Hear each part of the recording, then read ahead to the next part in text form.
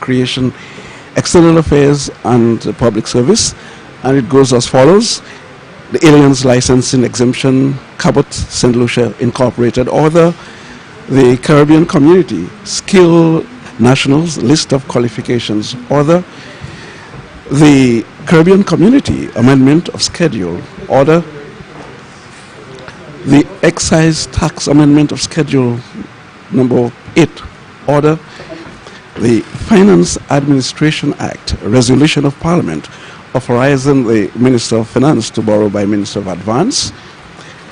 Finance Administration Act, Resolution of Parliament to authorize the Minister for Finance to guarantee borrowing by the St. Lucia Air and Seaports Authority to finance the Humanora International Airport Redevelopment Project. The Value Added Tax Act, Resolution of Parliament to approve draft Value Added Tax Amendment of Schedule 3 Order. The Customs Service Charge, Variation of Service Charge, Sunroad Properties Incorporated Order. The Excise Tax Amendment of Schedule number 9 Order. The Value Added Tax Amendment of Schedule 3 Order. Invest St. Lucia PI Balambush Vesting Order. The Excise Tax Amendment Schedule 1 number 10 Order. The Income Tax Amendment Appointments Judicial and Legal Services Commission. The Invest St. Lucia Bungalow Library Vesting Order. The Legal Profession Eligibility Stephen Wynne Corrington Order. That will be laid by the Honorable Prime Minister. Now the Honorable Minister for Infrastructure, Ports, Energy and Labour, the Shipping Load Line Regulations. By the Honorable Minister for Economic Development, Housing, Urban Renewal, Transport and Civil Aviation, the Telecommunications Diplomatic Mission Exemption Embassy of the Republic of China, Taiwan Order. By the Honorable Minister for Tourism, Information, Broadcasting, Culture and Creative Industries, the Tourism Stimulus and Investment Carib Invest Capital Limited Order. The Tourism Incentives Coconut Bay Management Limited Order. The Tourism Incentives Francine Incorporated Order. The Tourism Incentives Gyro Management Limited Order. The Tourism Incentives Bellevue St. Lucia Limited Order. The Tourism Stimulus and Investment Bellevue St. Lucia Limited Order. The Tourism Stimulus and Investment Kimatrai Hotel Order. The Tourism Incentives Carib Invest Capital Order. By the Honorable Minister for Commerce, Industry, Enterprise Development and Consumer Affairs, the External Trade Restricted Imports Amendment Order. The Export St. Lucia appointment of the National Export Council Amendment Order. The Price Control Amendment number 8 Order. The Metrology Amendment Regulations. The Metrology Fees Amendment Regulations. The Price Control Amendment number 9 Order. The Price Control Amendment number 10 Order. By the Honorable Minister for Equity, Social Justice and Local Government and Empowerment, the Constituency Council's appointment, Ancillary Constituency Council Order. The Constituency Council's appointment, Barbano Constituency Council Order. The Constituency Council appointment, Canaries Constituency Council Order. The Constituency Council appointment, Castries Southeast Constituency Council Order. The Constituency Council's appointment, Castries Constituency Council Order. The Constituency Council's appointment, Tresor Saltibus Constituency Council Order. The Constituency Council's appointment, Denry North Constituency Council Order. The Constituency Council appointment, Denry South Constituency Council order.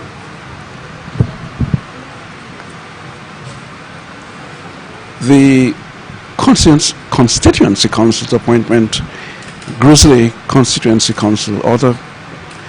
The Constituency Council's appointment, Labrie Oje Constituency Council order. The Constituency Council appointment, Mico North Constituency Council order. The Constituency Council's appointment, Mico South Constituency Council order.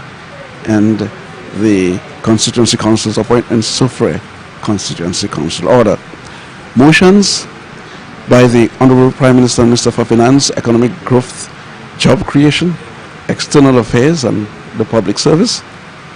That it be resolved, the Parliament will authorize that the Attorney General make an order to declare that the 2015 supplement to the revised edition of the laws of St. Lucia as specified in the order shall come into force on such date as may be appointed by such order as an authoritative version of the law.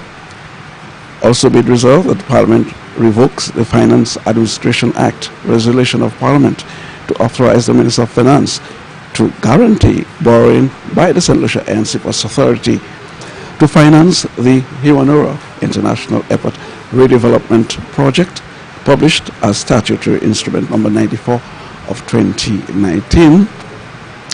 Also be it resolved that the Parliament authorize the Minister for Finance to guarantee a loan in the amount of EC 202,500,000 for the purpose of financing the Hiwanura International Airport Redevelopment Project by the St. Lucia Air and Seaports Authority from a syndicate of banks led by the Bank of St. Lucia Limited as follows. The Bank of St. Lucia, 58,900,000, and the First National Bank of St. Lucia Limited, 54,500,000. Grenada Cooperative Bank Limited, 40,100,000. Antigua Commercial Bank Limited, 24,500,000, and the Eastern Caribbean Amalgamated Bank, 24,500,000. Be it also resolved that the loan is repayable over a period of 20 years, inclusive of grace period of 5 years on the principal payments with interest only paid. The interest is payable quarterly from the dates of the initial disbursement of the loan amount and is payable at a rate of 5.5% per annum during the grace period of 5 years. The interest is payable semi-annually at a rate of up to 5% per annum and the expiry of the grace period of 5 years.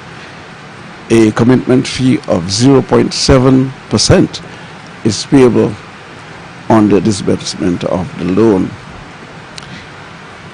Be it resolved that the Parliament authorizes the Minister for Finance to purchase with monies from the Consolidated Fund in the 401,174 shares in Republic Financial Holding Limited, which shares are currently held by the Eastern Caribbean Financial Holding Company Limited. The bills, the Honorable Prime Minister and Minister for Finance, Economic Growth, Job Creation, External Affairs and the Public Service will have the Gaming, Racing and Betting Amendment for its first reading, the CARICOM Arrest Warrant Treaty for its first reading, the Eastern Caribbean Supreme Court Judicial Officers Pension for its first reading, and the Customs Control Amendment, Management Amendment number 2 for its first reading. It is the intention of the Honorable Minister to seek leave of the House to enable these bills to go through all the stages at this sitting of the House. We still await the Speaker, and while we await the most of the members of parliament are now seated, awaiting the entry of the Sergeant of Arms and the Speaker of the House. The members of the opposition seated. We see the leader of the opposition and the Honorable Alva Baptist and Dr. Hilaire. The Prime Minister is also seated, and the Minister for Education, the Minister for Agriculture, the Minister for the Health, and the Parliamentary Representative for Sufre as well, and the Parliamentary Representative for Ancillary Canneries, the Honorable Dominic Fede, was also the Minister responsible for Tourism. The Senator, the Honorable Mary Isaac, the Minister for Health, is also seated in the gallery. We expect any moment from now that the Sergeant of Arms will make his entry, followed by the Speaker of the House. As indicated earlier, we are coming to you live via the National Television Network, NTN. This is the morning session. Perhaps the session will go into the afternoon as well, considering the number of papers to be laid, bills, and motion. Perhaps we can again look back at the motions. As I indicated earlier, the Honorable Prime Minister, Minister for Finance, Economic Growth, Job Creation, External Affairs and Public Service will present the following motions in his name. That Parliament authorize the Attorney General to make an order to declare that the 2015 supplement to the revised edition of the laws of St. Lucia, as specified in the order, shall come into force on such date as may be appointed by such order as an authoritative version of the law. That Parliament revokes the Finance Amendment Act, resolution of Parliament to authorize the Minister for Finance to guarantee borrowing by the St. Lucia Air and Seaports Authority to finance the Hiwanura International Airport Redevelopment Project, published as statutory instrument number 94 of 2019. Also, the Parliament authorized the Minister for Finance to guarantee a loan in the amount of $202,500,000 EC dollars for the purpose of financing the Sergeant of Arms. Is now allowed to make his entry, followed by the Speaker of the House.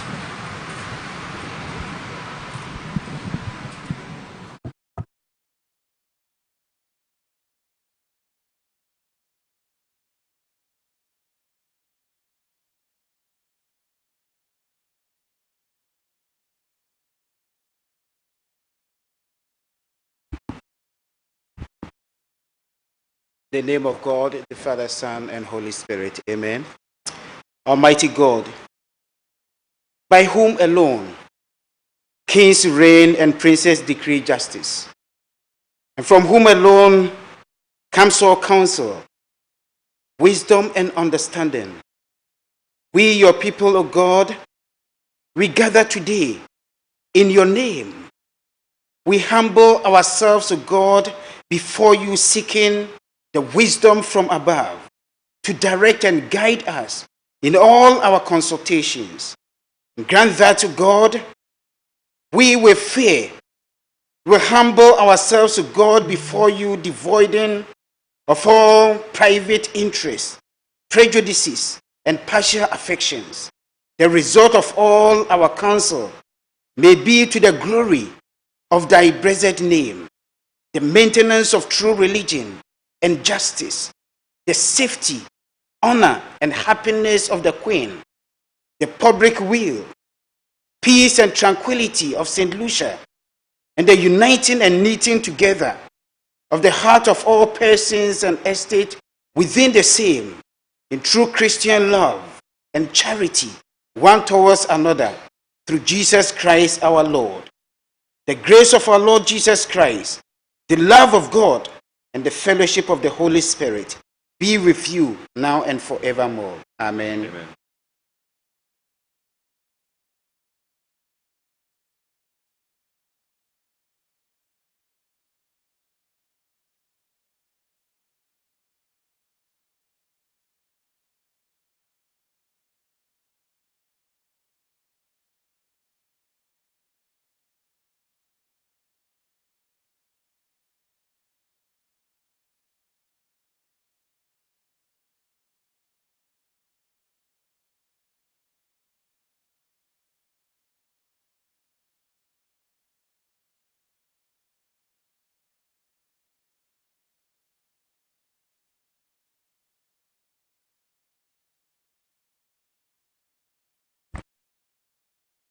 Good morning, honorable members.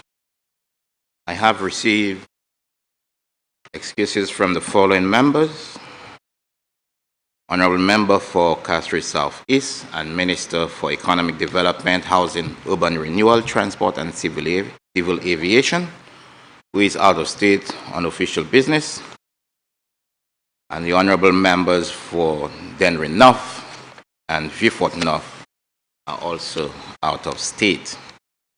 I beg to announce that since the last sitting of Parliament, His Excellency has been pleased to assent the following bills: Income Tax Amendment Number 2, International Business Companies Amendment Number 2, St. Lucia National Economic Fund, Caribbean Treaty on Mutual Legal Assistance in Serious Criminal Matters, Public Health Amendment, Styrofoam and Plastic Food Service Containers Prohibition Act, St. Lucia Social Development Fund Amendment, Child Care Protection Adoption Amendment Act.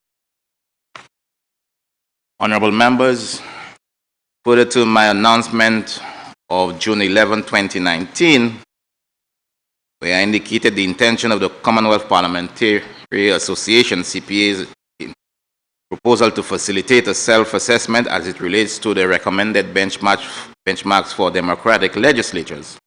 I have, as of August 4, 2019, received correspondence from Secretary General of CPA, Mr. Abakan, of their intention to assist our Parliament in this self-assessment exercise. The proposal for the first stage of the facilitated review of the benchmark is a technical review of the benchmark by the clerk. The purpose of the technical review is to identify the constitutional, legal, and/or procedural basis for each benchmark. In some cases, the answer will be a simply yes or no response.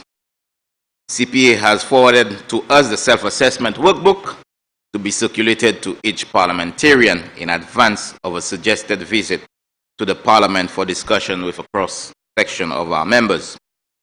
Technical review is an important part of the self-assessment, as the background information and preliminary answers will be provided to subsequent participants so that they have accurate information regarding the legal or procedural basis for each benchmark.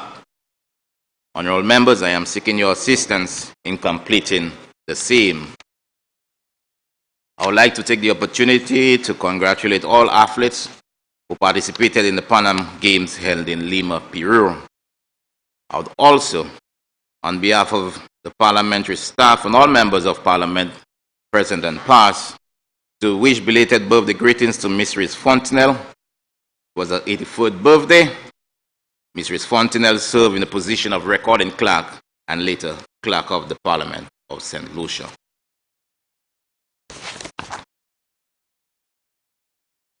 Statements by ministers.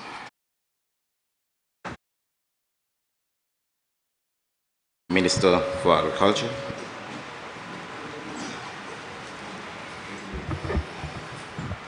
Thank you very much, Mr. Speaker, and I want to say good morning to colleagues.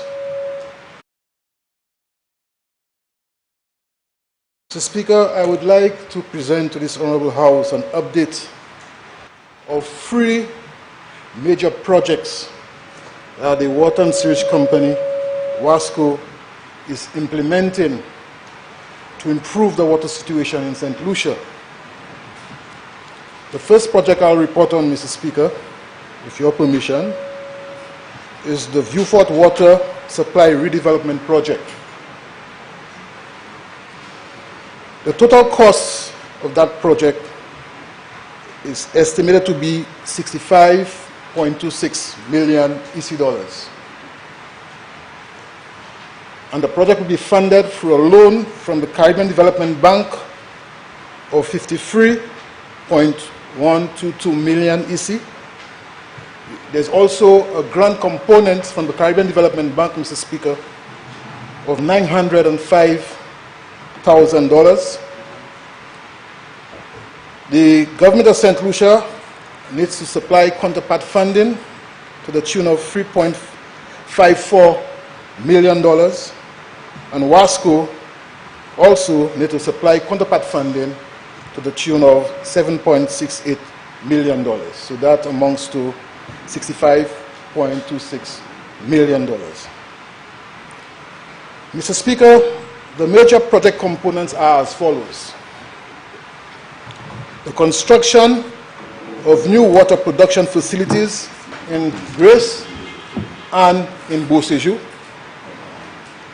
the construction of 4 new pumping stations, the installation of 15 kilometers of HDPE transmission lines, and the construction of 3 new storage reservoirs.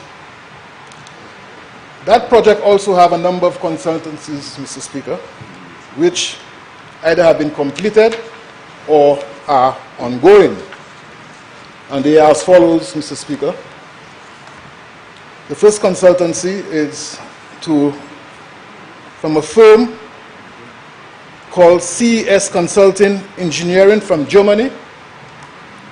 The consultancy was started in June of 2018, Juin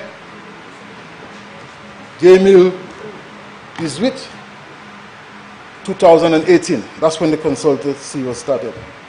And it's for a period of 35 months. They have completed the auditing of the water situation in Viewfort as part of the consultancy.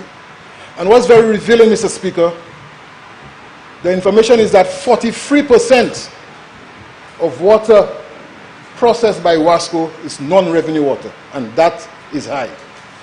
And I'm sure if you compare in the case of up north, there are figures between 50 and 60% of non-revenue water. There's no way we can continue, Mr. Speaker, experiencing that level of wastage when it pertains to non-revenue. And of course, one can attribute it to the situation with the infrastructure. Mr. Speaker, they also assisted in the preparation of documents for tender and, of course, assisted in the tendering process. And they will provide supervision during the construction phase as far as during the establishment of the necessary infrastructure in improving the situation in the south. There was another consultancy, Mr. Speaker, one looking at the gender impact and evaluating the impact of water and gender. And that consultancy was done by Shida Sustainable Solution Limited from Trinidad and Tobago. And that consultancy started in February 2018. That's the first phase. And the second phase now will be done after the establishment of the infrastructure. So at least you can make the comparison, Mr. Speaker, as to the benefit and how it's impacting on our gender in the south. The third consultancy is the Watershed Management Plan Consultancy, and that's important. And that was done by a firm, Motor McDonald, from the United Kingdom, Mr. Speaker. And that again, consultancy was started on May 2018, and the field work has been completed, and we're waiting for a final report. And the fourth consultancy is the Energy Efficiency Audit Consultancy, and it was done by a firm called Amac Foster Wheelers from Canada. And that consultancy started in January 2018, Mr. Speaker, and is completed in September 2018, looking at the overall efficiency of WASCO and how we can reduce on the cost of energy. Mr. Speaker, most importantly is the infrastructure works, and I spoke about the components, and I want to inform this Honourable House, especially those on the opposite side, as to the process that was engaging in identifying a contractor, because we are going to have a lot of misinformation out there as it pertains to the processes that we are engaging, misinformation. So, Mr. Speaker, the first that was done was an invitation to start the pre-qualification for the infrastructure works. And it was advertised in August of 2018, and that process was closed in October 2018. At the closure of that process, Mr. Speaker, 9 firms indicated their interest. Out of these 9 firms, 4 were selected to be engaged in the bidding process. The invitation to bid was sent out to these firms on March 2019, and the process ended in June 2019. The technical proposal, Mr. Speaker, were evaluated, and the evaluation report was sent to the Caribbean Development Bank, CDB, for no objection, and that no objection was received on the 31st of July 2019.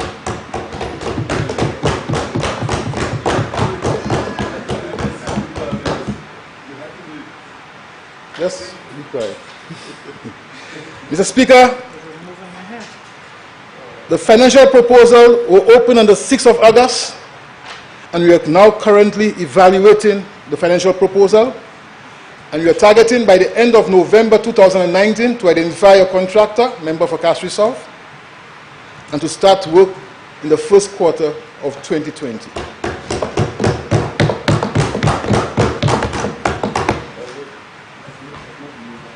Mr. Speaker, the John Compton Rehabilitation Dam project. WASCO signed a loan agreement with the Caribbean Development Bank on April 17th, 2018. Mr. Speaker, the Cabinet got a review of the project, the original scope of works, and the costing. And Cabinet asked WASCO to go back and renegotiate and redo the cost of works.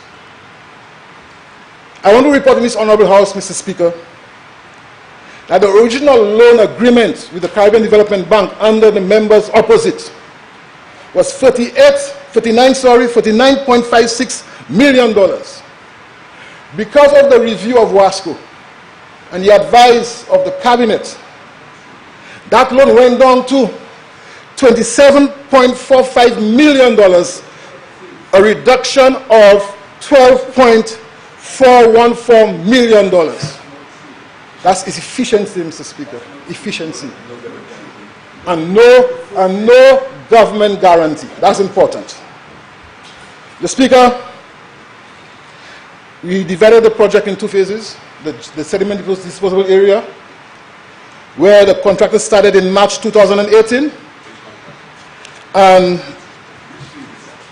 the bidding process which was ended in January of 2018. The bidding process ended in January 2018, and the contract was signed on March 2018.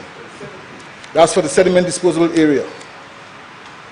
Phase 1 was supposed to finish by October 2018, but unfortunately, Mr. Speaker, with the experiencing of the weather situation, whilst we might not meet the deadline of October 2018, but I want to report in this Honourable House, Mr. Speaker, that the sediment disposal area is 79% complete.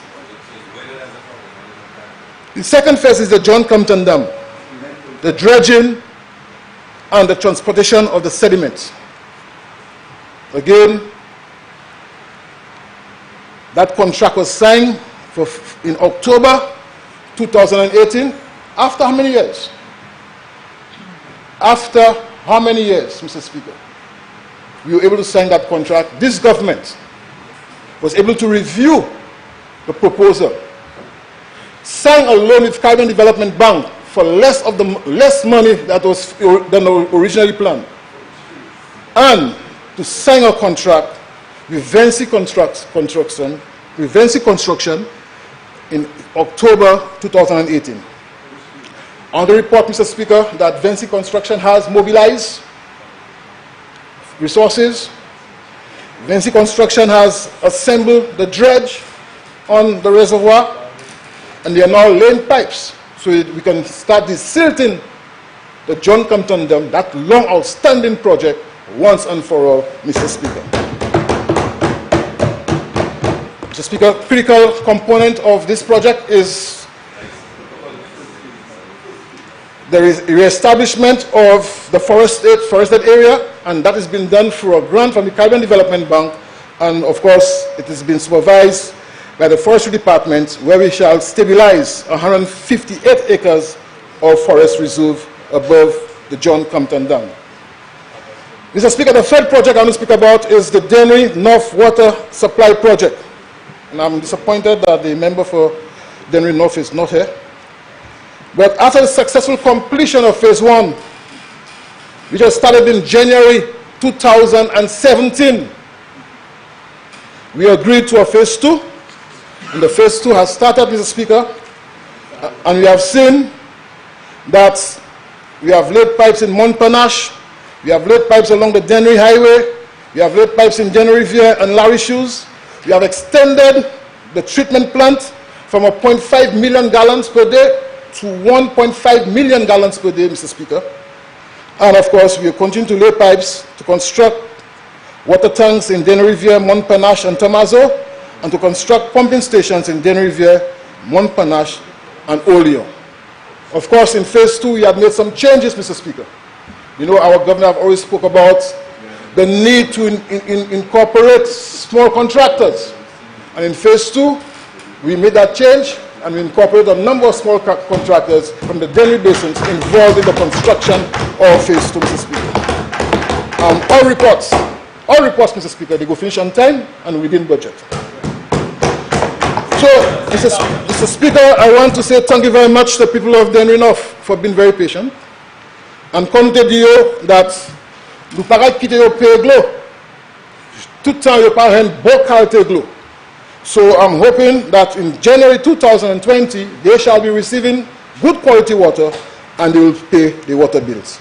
So in closing, Mr. Speaker, I want to thank the Honorable Prime Minister, my cabinet colleagues, the Caribbean Development Bank, of course, the Board of WASCO and management of WASCO, the contractors and the consultants for the accomplishments that we have been able to achieve so far. And I'm sure, Mr. Speaker, the people of St. Lucia will be satisfied with what WASCO is doing under the leadership of this government. Thank you very much.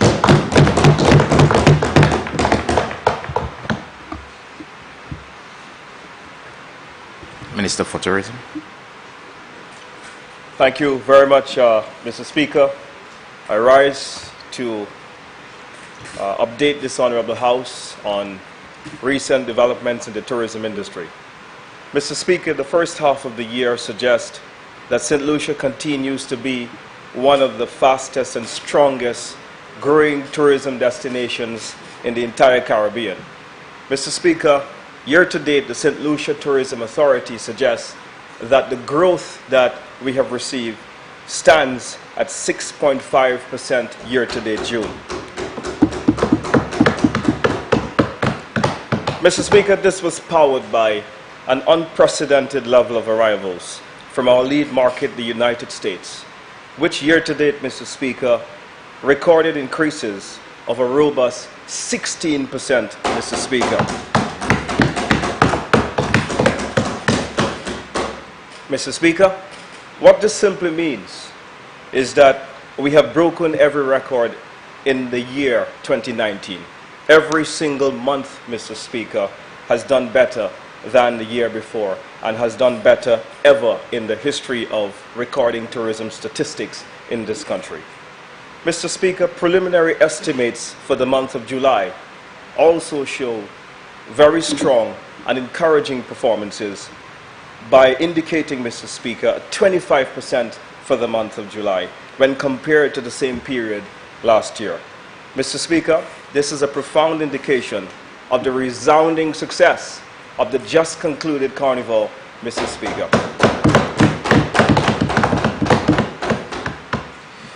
The story being echoed today, Mr. Speaker, is well chronicled by hoteliers and vendors and taxi drivers and band leaders and organizers of the just concluded Carnival festivities. Mr. Speaker, we see as well that in the airline industry, that average airline load factors from the United States stood at 90%, Mr. Speaker. This is also very encouraging. Mr. Speaker, when we look at the extreme highs in the numbers recorded for the airlift sector, we see that airlines from the US stood at 94%, Mr. Speaker.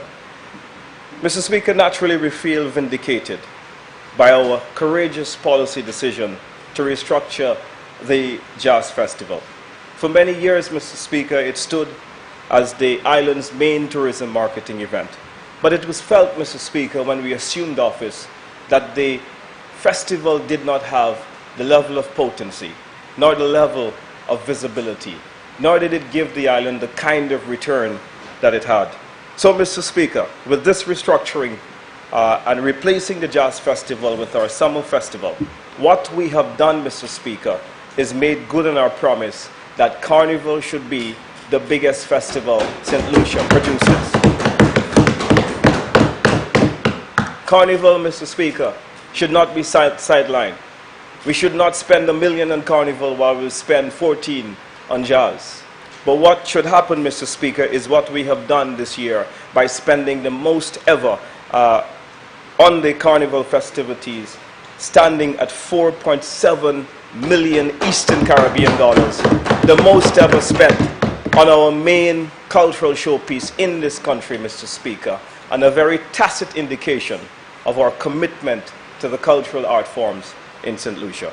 Mr. Speaker, I want to commend the musicians, notably Denry Segment and Teddyson John and Ricky T, and all of those musicians, Mr. Speaker, that have made us proud, that have been abroad, Mr. Speaker, to all of the various Carnival festivities, and that have done, Mr. Speaker, the most outstanding job and have been the most incredible ambassadors to St. Lucia, Mr. Speaker, by promoting their music, thus laying the platform for us to have a successful Carnival. Mr. Speaker, today I also want to congratulate the Carnival bands for taking the initiative laid by this government, Mr. Speaker, to promote Carnival, Mr. Speaker, increasingly as the island's main cultural tourism showpiece. Mr. Speaker, a lot has been said recently about the planned departure of Virgin Atlantic, which should take place in the next 10 months. And Mr. Speaker, I'm very happy to report that just mere weeks following the announcement by the UK carrier that we have received, Mr. Speaker, extreme and overwhelming support and very, very good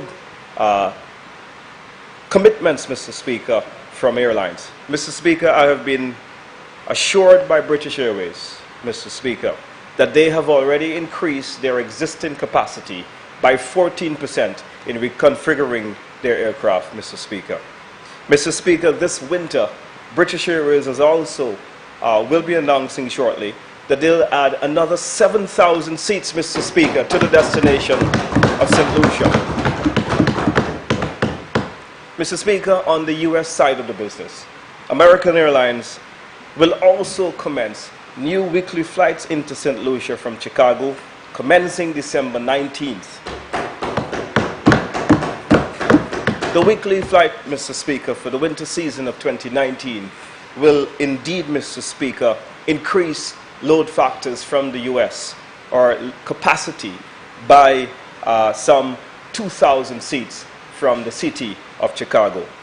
Mr. Speaker, it must be noted in this House today that all of this has been accomplished without a single dollar of subsidy, without a single minimum return guarantee, or what is called MRG. This is the potent point, Mr. Speaker. And so, Mr. Speaker, like those airlines, I believe in Brand St. Lucia. I believe in its hospitality workers. And I believe, Mr. Speaker, in the mystique of the most aspirational and iconic tourism destination of the Caribbean. Mr. Speaker, it has never been about statistics for our government. It has always been about the impact that tourism can create to our peoples. But one of the things that we appreciated, Mr. Speaker, is that for tourism to be impactful, is that we must celebrate growth. Which is why, Mr. Speaker, this year we set a target for ourselves of 6%. But we also fundamentally understood that all of this growth, all of this success, all of the investments that we would have made in marketing, in airlift, and product development, Mr. Speaker, would be to no effect if we didn't position the St. Lucian people to benefit from our efforts. And so, Mr. Speaker, I'm very happy to report to the House here today that our planned initiative, the Village Tourism Undertaking, to ensure that our St. Lucian entrepreneurs are better positioned to benefit from the tourism dollar is well advanced. Mr. Speaker, only yesterday I presented to Cabinet a draft policy paper on the way forward, and also, Mr. Speaker, the Village Tourism Bill. Mr. Speaker, once the bill is passed later this year, it will then enact and make legal the entity that will then begin the management to give direction, Mr. Speaker, to over 700 recorded Airbnb apartments, small hotels, sites and attractions, and many other small tourism businesses, Mr. Speaker. But, Mr. Speaker, we are not waiting for the establishment of village tourism. We have already started the project, Mr. Speaker. Just take a look at what has happened in Soufrière with the transformation of such a world-class job spearheaded by my colleague, the MP for Soufrière, Honorable Garrett Stanislaus. Mr. Speaker, this is well documented on social media. No need for me to go into the square and the market facility and the bus terminal and all of the work, Mr. Speaker, that has been done successfully to ensure that Soufrière, Mr. Speaker, maximizes its full potential as the Mecca for tourism in St. Lucia. Congratulations, Minister. But, Mr. Speaker, Soufrière is just the beginning. Mr. Speaker, very soon the government is about to issue contracts to also transform the waterfront of Grosley, an initiative, Mr. Speaker, that went to begging for many decades in this country. And despite being in the main tourism enclave, Mr. Speaker, Grosley has not had the kind of improvement and the kind of success that it should have had. And so, Mr. Speaker, we will ensure that Grosley and ancillary as well, with the transformation of its waterfront, those two villages will in fact, Mr. Speaker, join Soufrière in becoming the commencement of the village tourism projects in St. Lucia.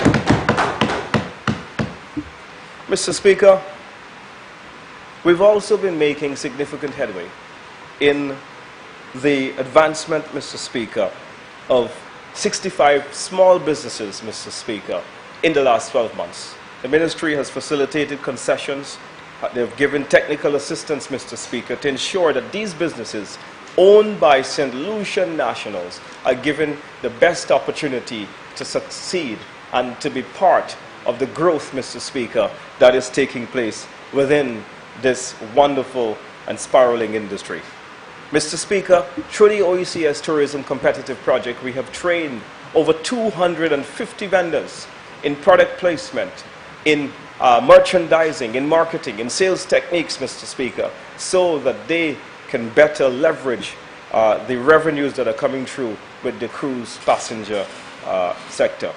Mr. Speaker, Another innovative project that this government is undertaking is the advancement of cruise conversion.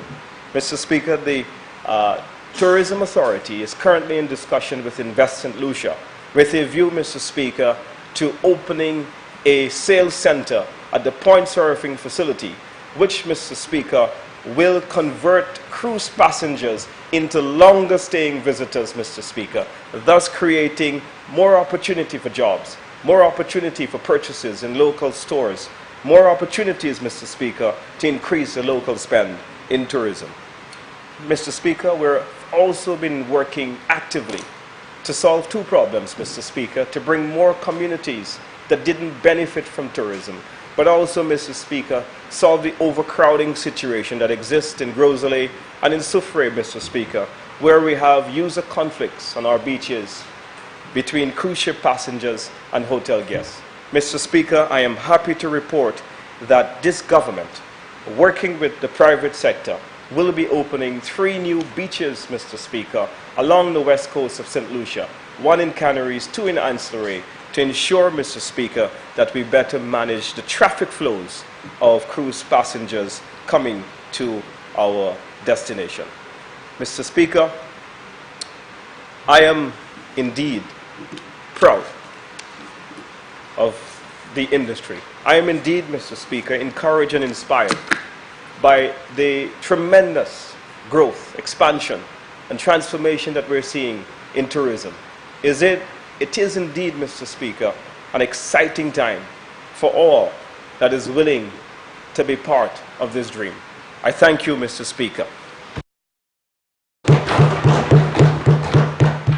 Minister for Youth Development and Sports. Thank you, Mr. Speaker.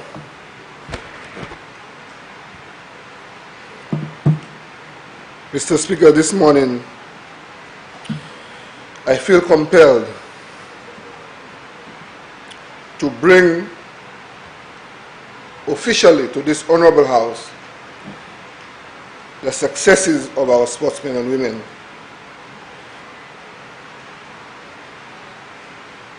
for the last, I would say, month or so. Mr. Speaker, too often we have challenged our athletes to give up the best. And I believe now, Mr. Speaker, is the time for us to call them out and to thank them and to praise them, Mr. Speaker, for their achievements. This government, Mr. Speaker, has made it our business to invest in our youth. And we continue, Mr. Speaker, to create the enabling conditions for them to excel. I sat there, Mr. Speaker, and felt a little jealous of the accomplishments of the Minister of Tourism and also the Minister for Agriculture.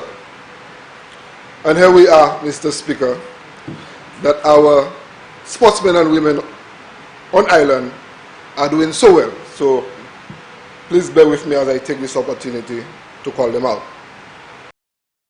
Today, Mr. Speaker, our young people, our sportsmen and women continue to make us proud. Mr. Speaker, words cannot express the sincere gratitude we feel as a country for the level of effort and dedication demonstrated by our esteemed sports personalities. Mr. Speaker, it is my distinct pleasure as Minister with responsibility for youth development and sports to bring to your attention and that of our Honorable House the recent competitions and the recent successes of our various athletes. Mr. Speaker, let's start with the Sisikan, that's a Caribbean Swim Championship, which was held in June 20th to July 2nd, 2019 in Barbados. Jaim Odlum Smith won gold medal in the 50 meters butterfly and a silver medal in the 100-meter butterfly. Jaim also broke 3 age group records in the 50 meters and the 100-meter butterfly. In the 100-meter freestyle and a national record in the 100-meter butterfly this gentleman, Mr. Speaker, is doing us proud. Other team members who did well and posted personal bests, I'm just going to call out the names: Ethan Dyke Elliott, Carrick Charles, Naim Hazel, Mikali Shalmine, Nekisha Louis, Terrell Moplezi, who achieved a national record in the 200-meter backstroke, and Ziv Reynolds, DeAndre Blanchard, and Tristan Doville, who swam their best times.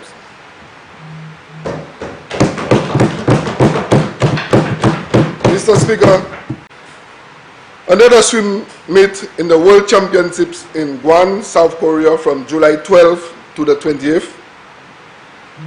4 swimmers, namely Naim Hazel, Nikali Shalmine, Jaim Odlum Smith, and Jean-Luc Zeph, represented St. Lucia.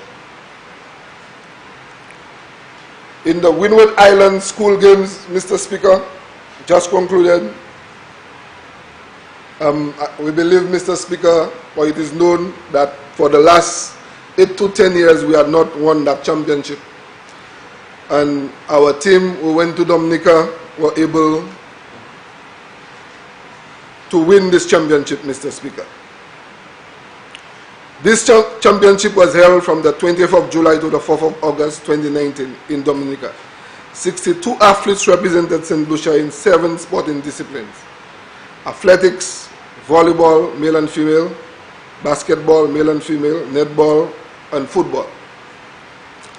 Team St. Lucia bagged wins in 3 of the 7 disciplines: boys volleyball, girls volleyball, and netball. Individual honors were bestowed to Team St. Lucia's most valuable players and athletes who medal.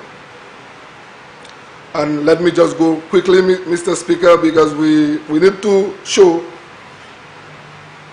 and to call out the names of those of our athletes, especially those who are winning the gold medals.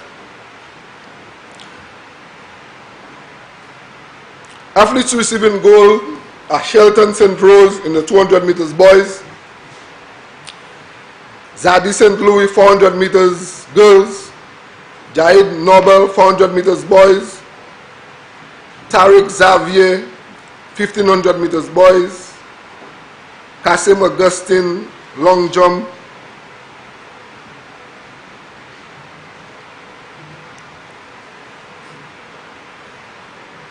girls, and Daniel Bissett long jump boys. Athletes who won silver medals are Kimani Alphonse 200 meters girls, Jaid Noble 800 meters boys, Kelly Charles long jump boys, Joy Edwards discus girls, and DeAndre Jules javelin boys. Athletes receiving bronze medals are Miguel Charles 200 meters boys,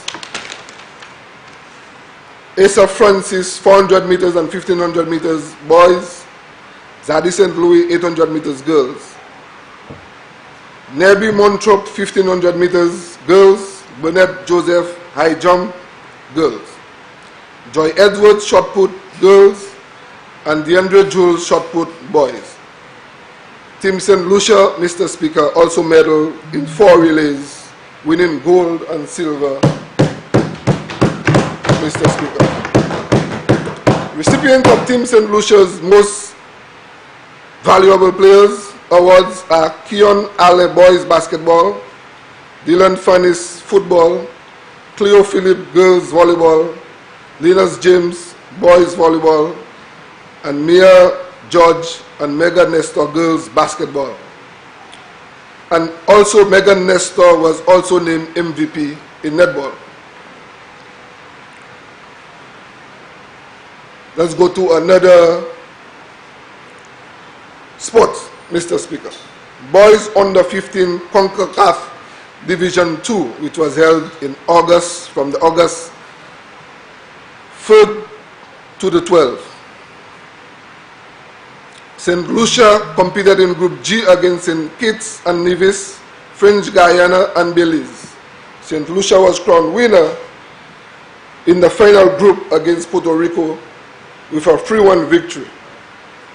In other games, St. Lucia also won over Belize 2-1, over St. Kitts 3-1, and French Guiana 2-0. St. Lucia scored a total of 13 goals in 5 matches in Florida and conceded only 5. The 18-member team comprised the following players. We need to let them know that we are very, very proud of them. Jael Evans, Stephen Octave, Jaquan Nelson, who is the captain, Keegan Cole, Daniel Carew, Dantes Fitz, Donovan Puppy, Donovan Phillip, Donnell Braville, Joachim Johnson, Shaquan Prudent, Miller Alce, Janet Delis, Giles Aurelien, Claude Setage, Hosea Maffren, Dimani Buffia, Keanu Felicia. Mr. Speaker, the team was coached by Albert Vassos in Kwa. Other members of the technical team included Victorine Lawrence, Seth Pod, Adolphus Henry, and Dr. Kian Ford. Following the conclusion of that championship, Mr. Speaker, a number of our boys were selected on the CONCACAF All-Star Division 11 team, and they are midfielder Dimani Buffier, forward Keegan Cole, and Shaquan Prudent, a defender. Next event, Mr. Speaker, the CFU Girls Under 14 Challenge Tournament, which was held in Cayman Islands from August 3rd to the 10th, 2019. The team was as follows: Faustina James, Hermine Jones, Friggin Joseph, Anis Louis, Nesha Edward, Petra Maffrey, Sapphire Octave, Anicia St. Rose, Zania Sandy, Shania Scott, Makia Smith, Sabrina Avril, Donaze Swanson, Jodel Emery, Alexander Donasili, Joy Ann Shalry, and Kishan Ince. Accompanying the team to Caymans were head coach Dennis Didier, assistant coach Vance Vitalis, and manager Examen Filbert. St. Lucia playing in Group 2 against Barbados, Curacao, and host Cayman Islands. Team St. Lucia in its first match, St. Lucia 1, Curacao 1. In Game 2, the score was Barbados 2, St. Lucia 3. And in the final game against Cayman Islands, it tied at 1-1. St. Lucia 1, Cayman Islands 1. St. Lucia finished in second place, Mr. Speaker.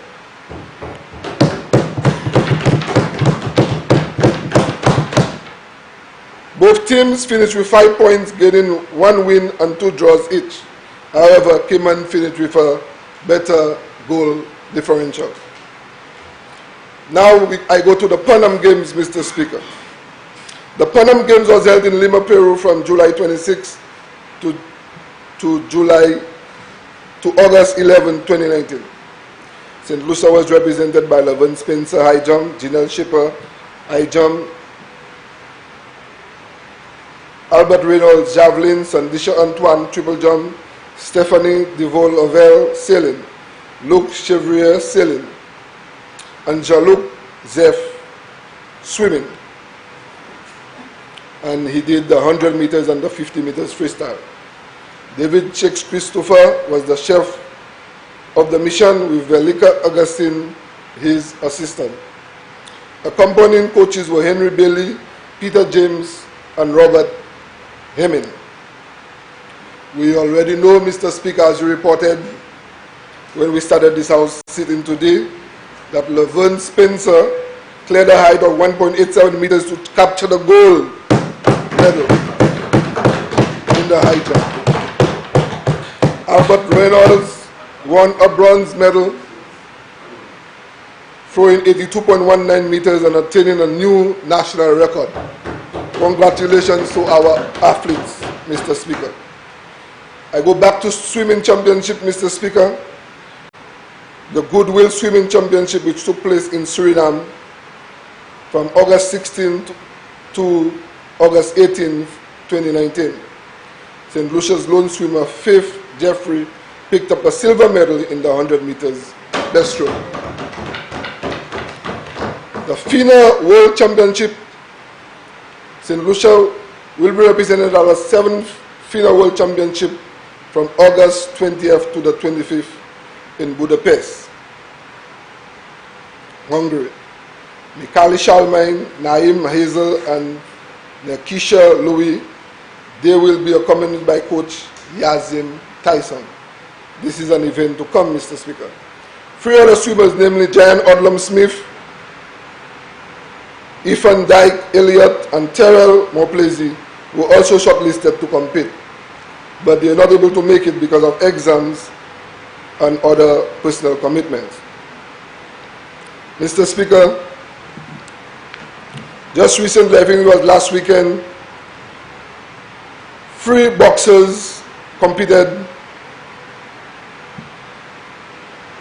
in the Caribbean School Boxing Tournament in Guyana. I have 2 names here. I'm still missing one, the one who didn't medal, but one of our boxers, Mr. Gilchrist Meda of the SD Academy, won gold, and Kishon Pierre won silver.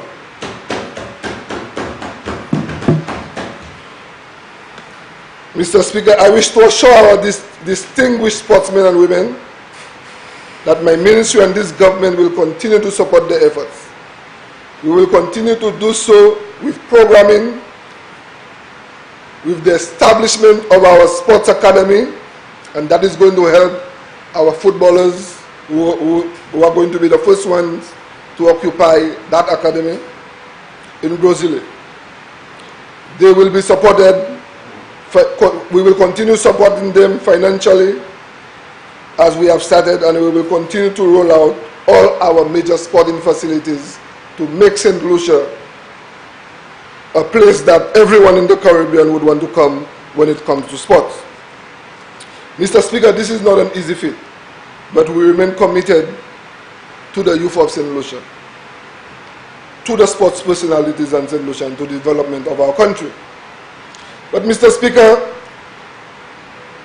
what happens with athletes don't happen just like that. And always behind the scenes there are persons like the coaches, the managers, okay, the ministry personnel, the physiotherapists, the doctors and so on, who lend support to make our athletes shine. Also, Mr. Speaker, we should never forget our sponsors, because with what we are trying to do with sports, we will need all hands on deck in the coming years. With what we're doing with the facilities in St. Lucia, with the programming which we're trying to put in place with all the different associations, St. Lucia will be too small for what we want to do in sports. And I want to thank my cabinet colleagues, and big thank you to the Prime Minister of St. Lucia for seeing it fit and seeing it as pertinent to invest in our young people as far as sports is concerned. So, Mr. Speaker, we say thank you to everyone. We say thank you to everyone, the coaches, the managers, the sponsors, everybody who are playing their bit and doing their part to keep sports alive and well in St. Lucia. Mr. Speaker, I thank you.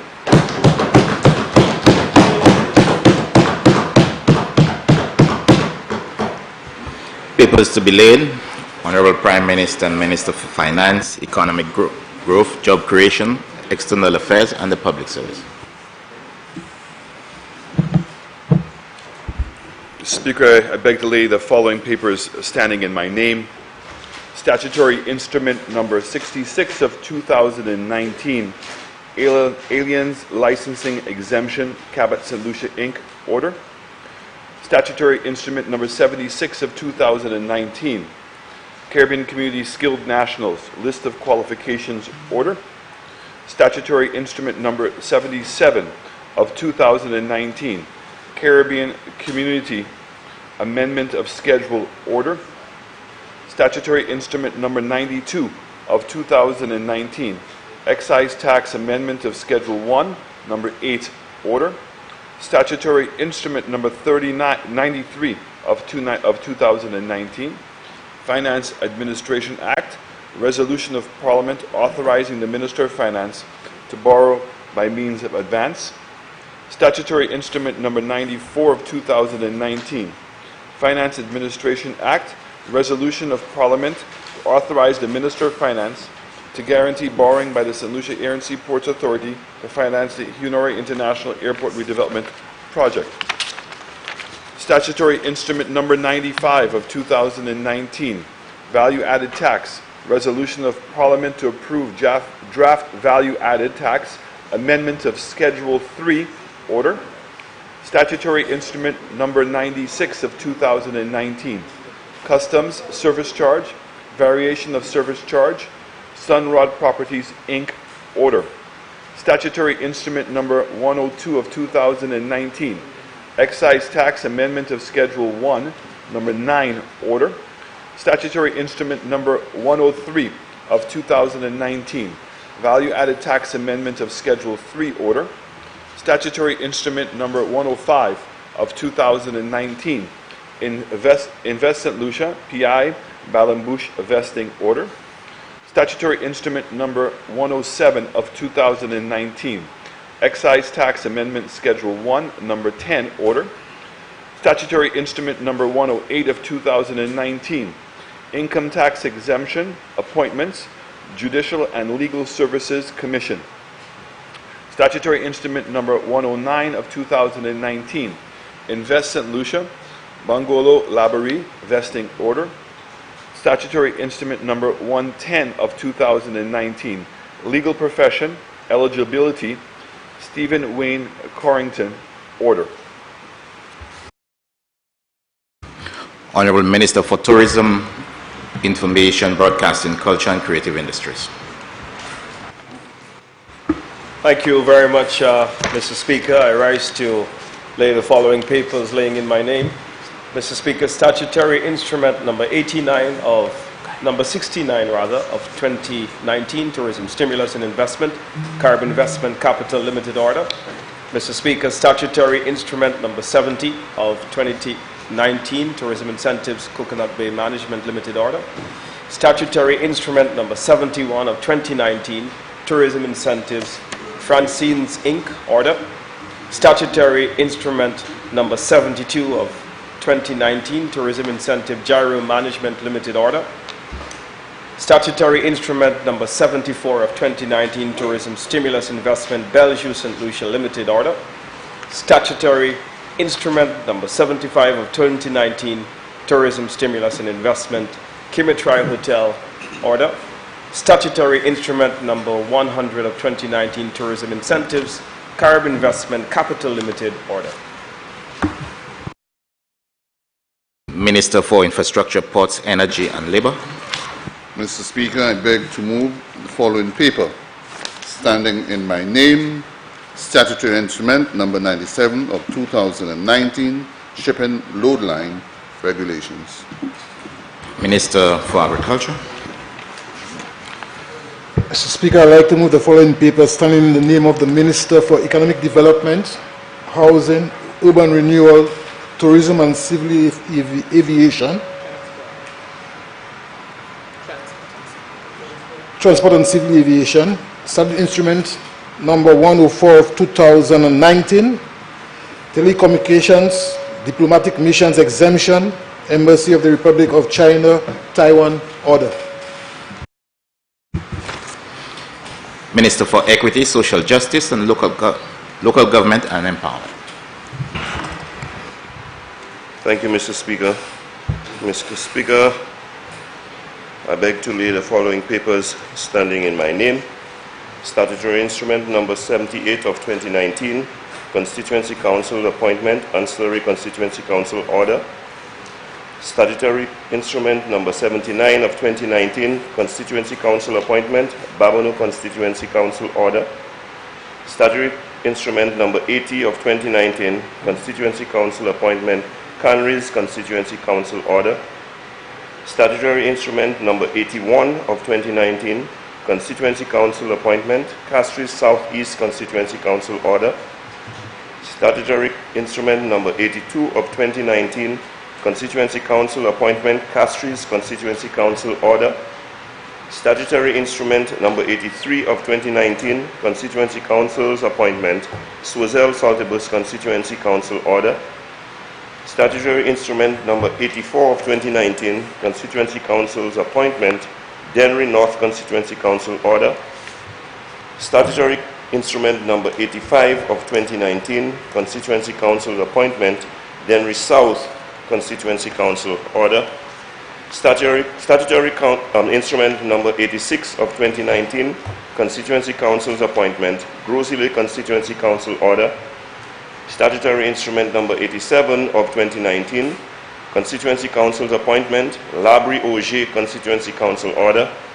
Statutory Instrument number 88 of 2019, Constituency Council's appointment, Micoud North Constituency Council order.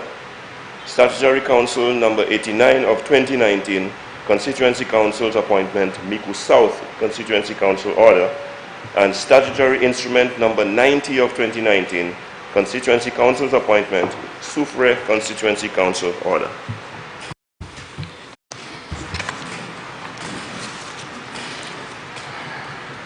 Minister in the Ministry of Agriculture. Mr. Speaker, I would like to lay the following papers in the name of the Minister for Commerce, Industry, Enterprise Development and Consumer Affairs. Statutory Instrument number 67 of 2019, External Trade Restricted Imports Amendment Order. Statutory Instrument number 68 of 2019, Export St. Lucia Appointment of the National Export Council Amendment Order. Statutory Instrument number 91 of 2019, Price Control Amendment number 8 Order. Statutory Instrument number 98 of 2019, Metrology Amendment Regulations. Statutory Instrument number 99 of 2019, Metrology Fees Amendment Regulations. Statutory Instrument number 101 of 2019, Price Control Amendment number 9 Order. Statutory Instrument number 106 of 2019, Price Control Amendment number 10 Order.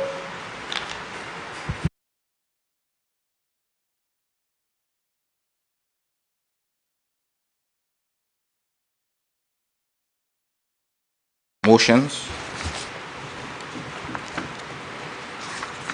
Honorable Prime Minister. Speaker, I beg to move the following motion standing in my name.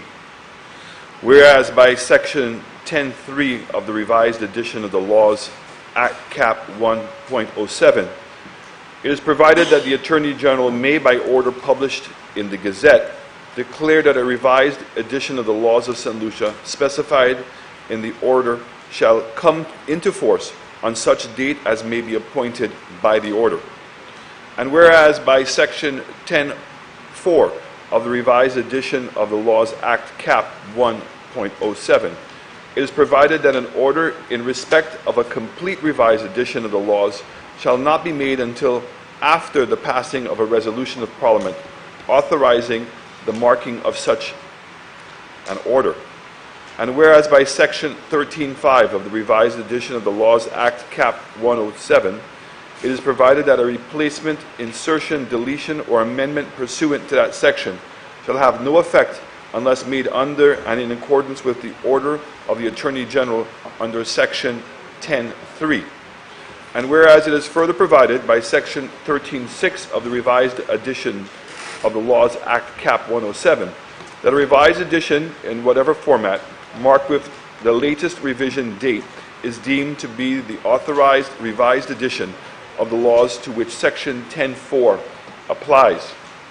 Be it resolved that Parliament do authorize the Attorney General to make an order to declare that the 2015 supplement of the revised edition of the Laws of St. Lucia, as specified in the order, shall come into force on such date as may be appointed by such order, as an authoritative version of the law. Mr. Speaker, the resolution seeks Parliament's authorization for making of an order for the 2015 supplement of the revised edition of the laws. The revised editions of the Laws Act Cap 107 makes provision for the revision and consolidation of the laws of St. Lucia and the preparation and publication of revised editions of the law in various formats. In accordance with the Act, the Attorney General is the Law Revision Commission. As such, the Attorney General is responsible for declaring that the revised edition of the Laws of St. Lucia, as specified in the order published in the Gazette, is effective from the date stated in the Order Section 10.3 of the Act. However, the Act also provides that the Law Revision Commission cannot make an order unless a resolution of Parliament authorizing the making of the order is passed. That's Section 10.4 of the Act. The Act further provides that a replacement, insertion, deletion, or amendment can have no effect unless an order is made to the effect, Section 13.5 of the Act. Additionally, that a revised edition, irrespective of the form that it takes, for example, in this instance, a CD-ROM or other means of electronic storage, loose-leaf booklets with the latest revision date, is considered to be authentic version of the St. Lucia law, Section 13.6 of the Act. In 2018, the Parliament authorized the making of the 2014 supplement to the revised edition of the laws, commencement, order in keeping with the provisions of the Act. By this resolution, Parliament is authorizing the Attorney General to make the order to declare that the 2015 supplement to the revised edition of the Laws of St. Lucia, which takes the form stated above, that is, the CD-ROM or other means of electronic storage, and loose-leaf booklets, as specified in the order, will have effect from the date specified in the order as a genuine translation of the Law of St. Lucia for the year 2015. In the draft 2015 supplement of the revised edition of the laws, commencement order, reference is made to the resolution that we passed today and the commencement date for the revised edition of the laws as the date of publication of the order in the Gazette. In addition, the order identifies the chapters in which the acts which are passed in 2015 are incorporated in the revised laws of St. Lucia. What is being sought today from Parliament is therefore asked to authorize the Attorney General's Law of Revision Commission to make the 2015 supplement to the revised edition of laws commencement order to include the revised edition of the laws, the acts that were passed in 2015. Honourable members, the question is that Parliament authorizes the Attorney General to make an order to declare that the 2015 supplement to the revised edition of the Laws of St. Lucia, as specified in the order, shall come into force on such date as may be appointed by such order, as an authoritative version of the law. I now put a question. As many as are of that opinion, say aye. As many as are of a contrary opinion, say no. I think the ayes have it. The ayes have it.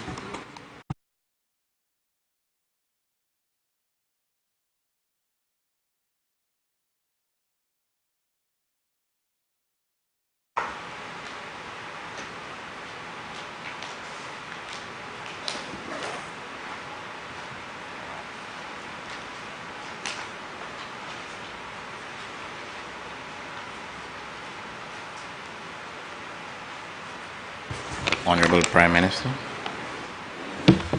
Mr. Speaker, I beg to move for the motion standing in my name. Whereas it provides under Section 41 of the Finance Administration Act, Cap 1501, that a guarantee involving a financial liability is not binding on the government unless the Minister of Finance grants the guarantee in accordance with the enactment or with the prior approval of Parliament by a resolution of Parliament. And whereas it is further provided under Section 42 of the Finance Administration Act, Cap 1501, that any obligation arising from a guarantee given in accordance with Section 41 is a debt charge, and all debt charges for which the government is liable and shall be charged and paid out of the consolidated fund. And whereas Parliament approved the guarantee of a loan in the amount of $202,500,000 from the Bank of St. Lucia, limited by the St. Lucia Air and Seaports Authority, for the purpose of financing the Huronora International Airport Redevelopment Project under Finance Administration Act, resolution of Parliament to authorize the Minister of Finance to guarantee borrowing by the St. Lucian Airports Authority to finance the Huronora International Airport Redevelopment Project, published as Statutory Instrument Number 94 of 2019. And whereas the Minister of Finance considers it necessary to guarantee a loan in the amount of $202,500,000 for the purpose of financing the Huronora International Airport Redevelopment Project by the St. Lucia Air and Seaports Authority from a syndicate of banks led by the Bank of St. Lucia Limited as follows.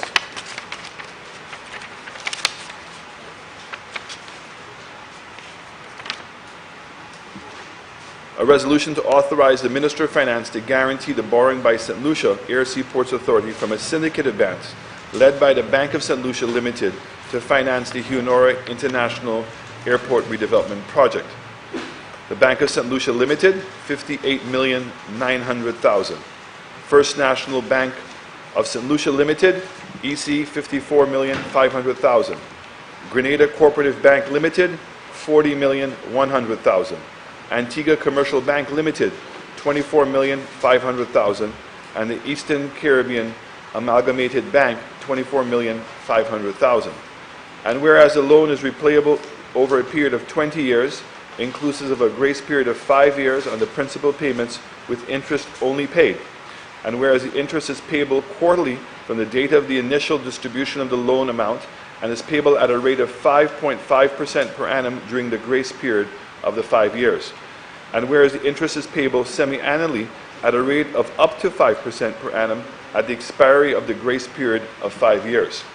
And whereas a commitment fee of 0.5% is payable on the disbursement of the loan. Be it resolved that the Parliament revokes the Finance Administration Act resolution of Parliament to authorize the Minister of Finance to guarantee borrowing by the St. Lucia Air and Seaports Authority to finance the Huronora International Airport Redevelopment Project, published in Statutory Instrument Number 94 of 2019. Be it further resolved that Parliament authorizes the Minister of Finance to guarantee a loan in the amount of $202,500,000 for the purpose of financing the Huronora International Airport Redevelopment Project by the St. Lucia Air and Seaports Authority from a syndicate of banks led by the Bank of St. Lucia Limited as follows. The Bank of St. Lucia Limited, $58,900,000. First National Bank of St. Lucia, $54,500,000. Grenada Cooperative Bank Limited, $40,100,000. Antigua Commercial Bank Limited, $24,500,000. And the Eastern Caribbean Amalgamated Bank, $24,500,000. Be it further resolved that the loan is repayable over a period of 20 years, inclusive of a grace period of 5 years on the principal payments with interest only paid.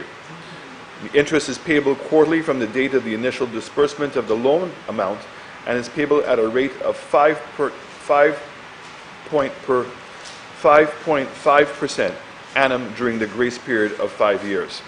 The interest is payable semi-annually at the rate of up to 5% per annum at the expiry of the grace period of 5 years. A commencement fee of 0.7% is payable on the disbursement of the loan. Can you open that to see if this has to do with this loan?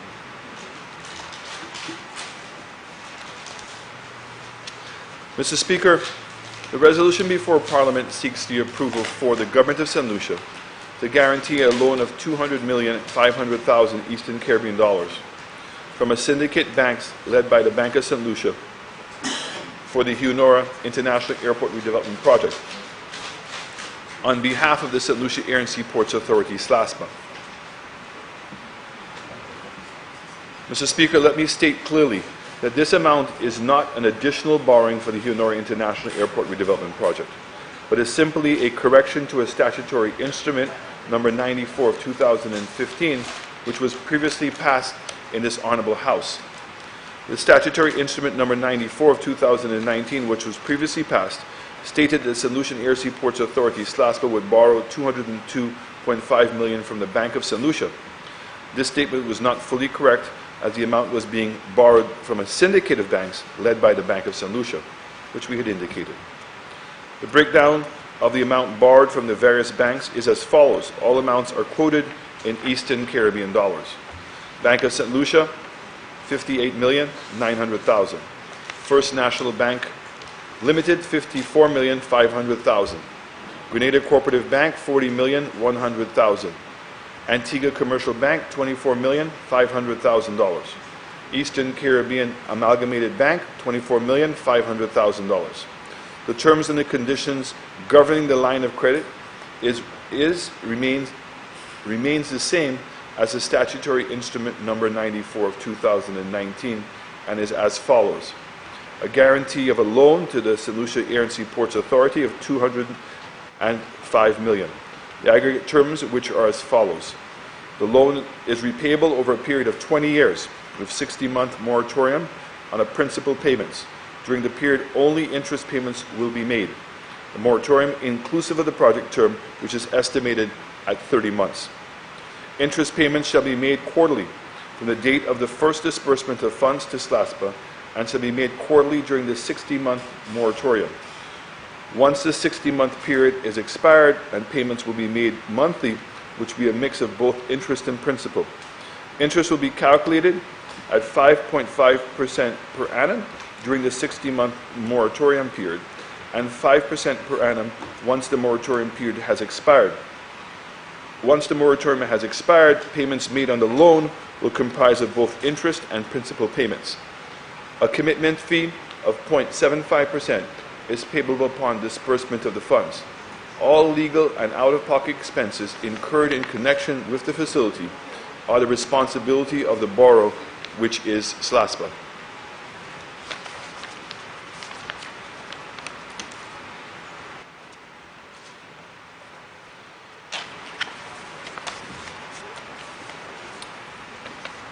In June 2019, Parliament approved the guarantee of the loan in the amount of EC $202.5 million for the Bank of St. Lucia Limited, to the Air and Seaports Authority for the purpose of financing the Hunori International Airport Redevelopment Project.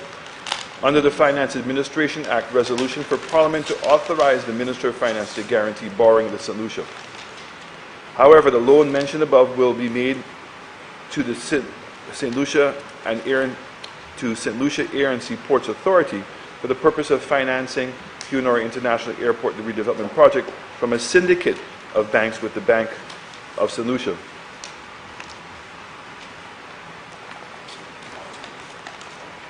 Serving as the lead bank. Therefore, in order to provide further information of the syndicate banks, it is necessary for Parliament to revoke the Finance Administration Act resolution of Parliament to authorize the Minister of Finance to guarantee borrowing by the St. Lucia and Air and Seaports Authority to finance the Hunori International Airport, and consider a new resolution with the name of the syndicate banks and the amounts being loaned. So as I want to reaffirm, the only difference between the resolution that was passed previously is that we have now included the names of the banks that were mentioned as being part of the syndicate. Therefore, by this resolution, the Minister of Finance considers it necessary to guarantee a loan in the amount of $202,500,000 for the purpose of financing the Hunori International Airport Redevelopment Project by the St. Lucia Air and Seaports Authority from a syndicate of the following banks, the Bank of St. Lucia Limited being the lead bank. It is provided under Section 41 of the Finance Administration Act 1501 that a guarantee involving a financial liability is not binding on the government unless the Minister of Finance grants or the guarantee in accordance with the Act or within the prior approval of Parliament by a resolution of Parliament. Further, Section 42 of the Act provides that any obligation arising from a guarantee given in accordance with Section 41 is a debt charge for which the government is liable and shall be charged on and paid for out of the consolidation fund. The loan is made repayable over a period of 20 years, including a grace period of 5 years on the principal payments with interest only paid.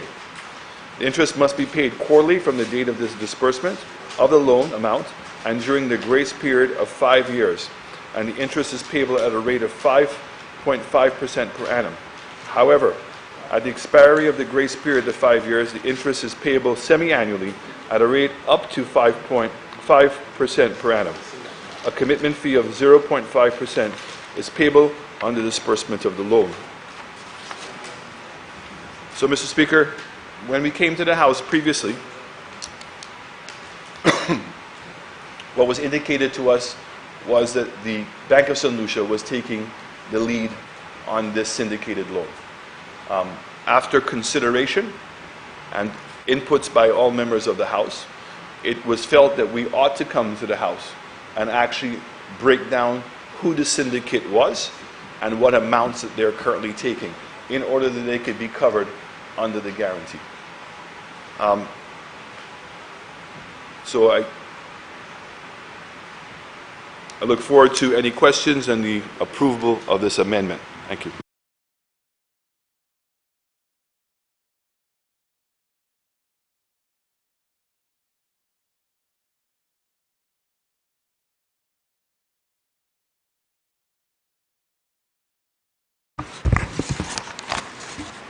Honorable members, the question is that Parliament revokes the Finance Administration Act resolution of Parliament to authorize the Minister for Finance to guarantee borrowing by the St. Lucia Air and Seaports Authority to finance the Hiranura International Airport Redevelopment Project, published as Statutory Instrument Number 94 of 2019.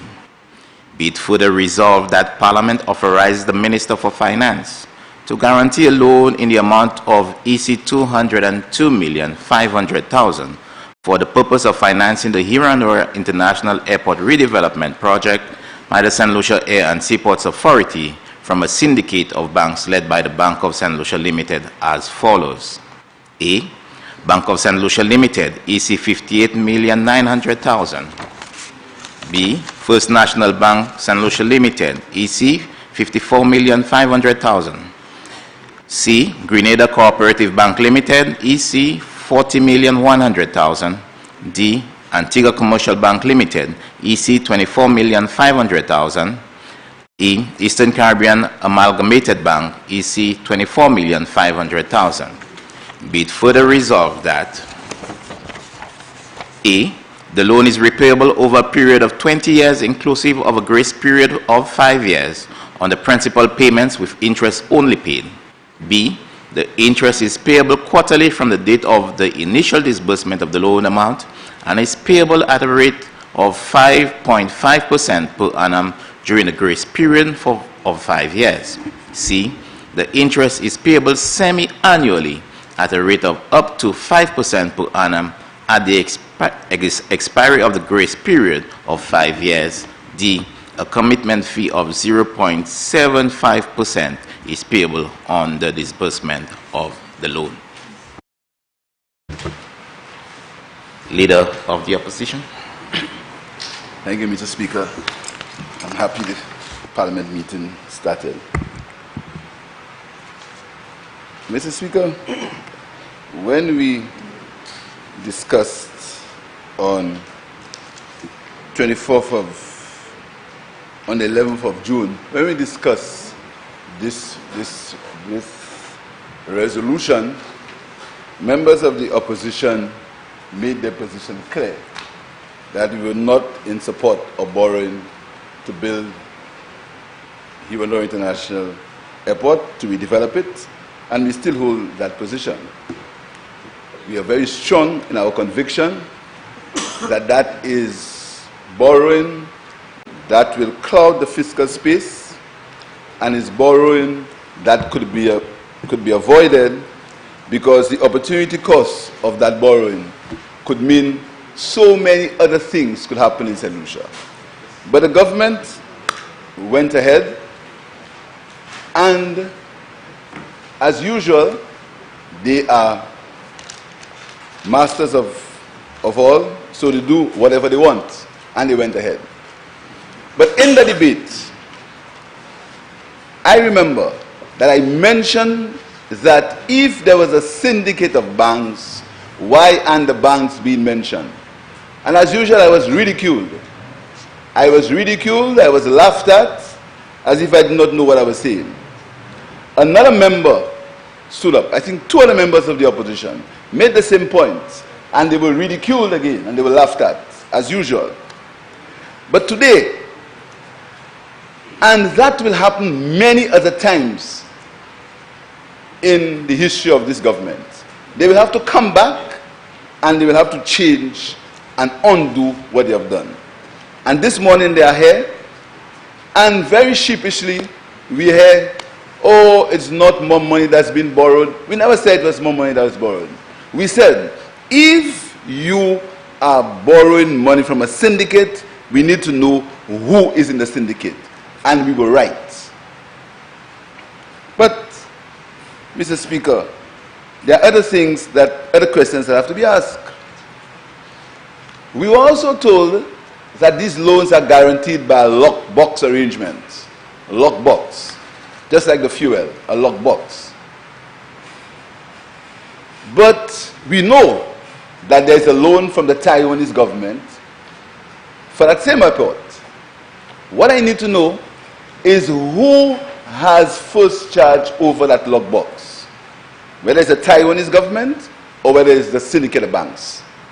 It's important, because if you have a word that very soon we will know means nothing, a dedicated revenue stream, as if a revenue stream is static.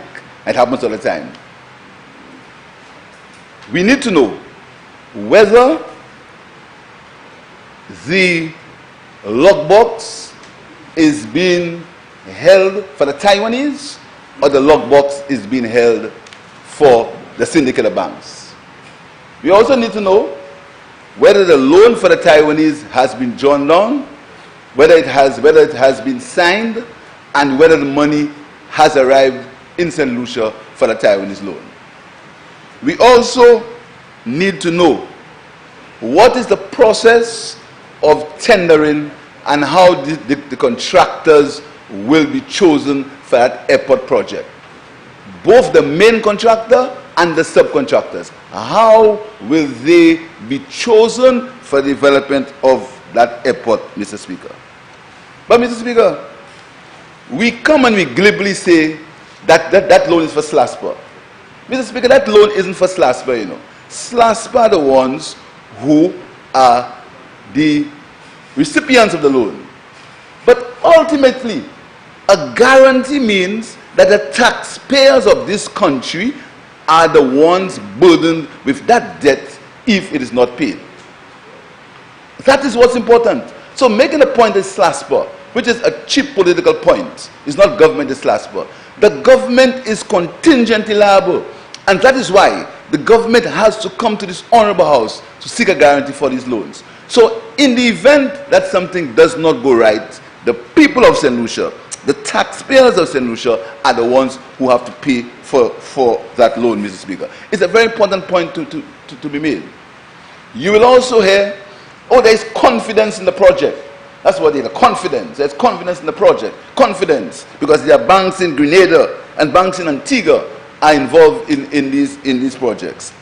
It will be very interesting to know who are involved in the bank in Antigua and what's the relationship between that bank and the Eastern Caribbean Amalgamated Bank. It's something that a question we must ask, and the Bank of St. Lucia. It's very interesting. But, Mr. Speaker, the very fact that a guarantee is demanded means that the dedicated revenue stream, that the so-called lockbox is not sufficient. So it's not sufficient, so these banks are demanding a guarantee from the people of St. Lucia, not from us, a guarantee from the people of St. Lucia. So in the event things go bad, the people of St. Lucia are the ones who would have to be paying that loan. I have no issues, Mr. Speaker. I know that some people have issues in involvement of the First National Bank and the Bank of St. Lucia. Some people feel that there is too much exposure for these banks. First National Bank in particular, some people think that there's too much exposure for it. But I have confidence in the management of that bank, and I believe that they will handle the affairs of the shareholders properly. But I want to warn that the idle boast of a revenue stream and the idle boast that it's a SLASPA loan, it's a very serious situation. That loan has to be guaranteed, and if anything goes wrong, the people of St. Lucia are the ones who will have to pay it. Mr. Speaker, I will not go back into the merits and demerits of the airport. We hold and we will be voting, the opposition will be voting against that resolution. We are going to be voting no, because it is our deep conviction that this government should go the PPP route. It is our deepest conviction, and we believe that even if we've looked at all the arguments, and the recent Virgin pullout shows that this dedicated revenue stream is something that is nebulous. It comes and goes. There is no dedicated revenue stream. Revenue streams are not static. Revenue streams change. If something happens, and God forbid if something happens to our industry, where is that revenue stream? We believe that that risk should not be on the people of St. Lucia.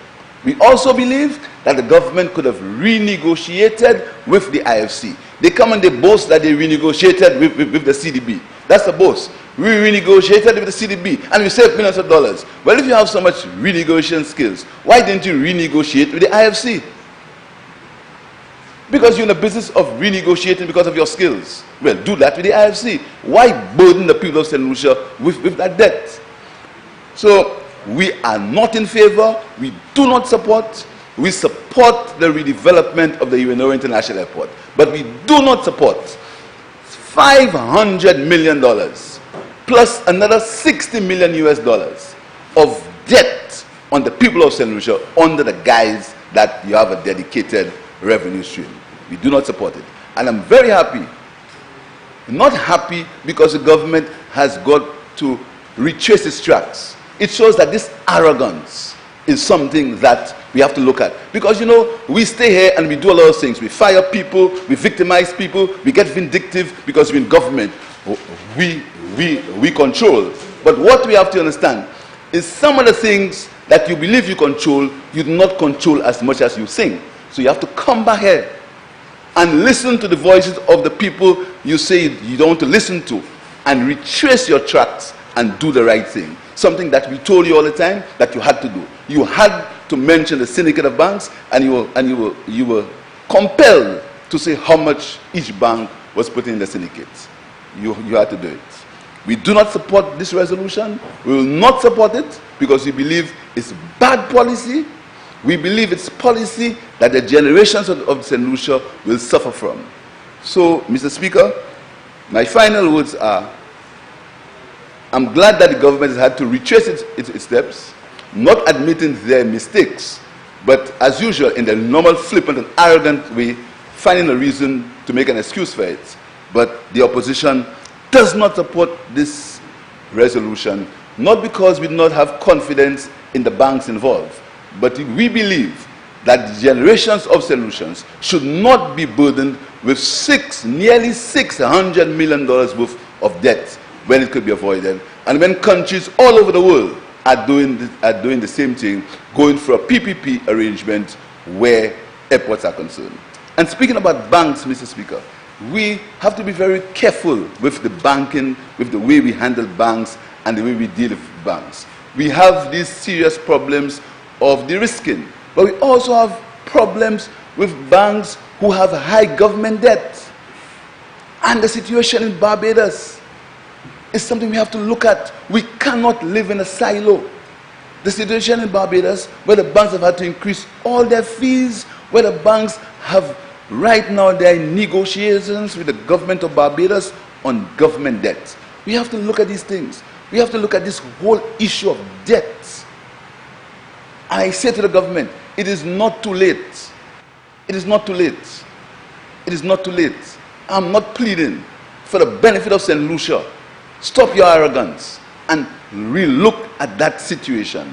Putting the country in that debt is not sustainable and is something the opposition will not support, because we believe that it's bad for St. Lucia, bad for the country's fiscal space, and bad for the exposure of the government when the opportunity cost of that loan could have done so much for the people of St. Lucia.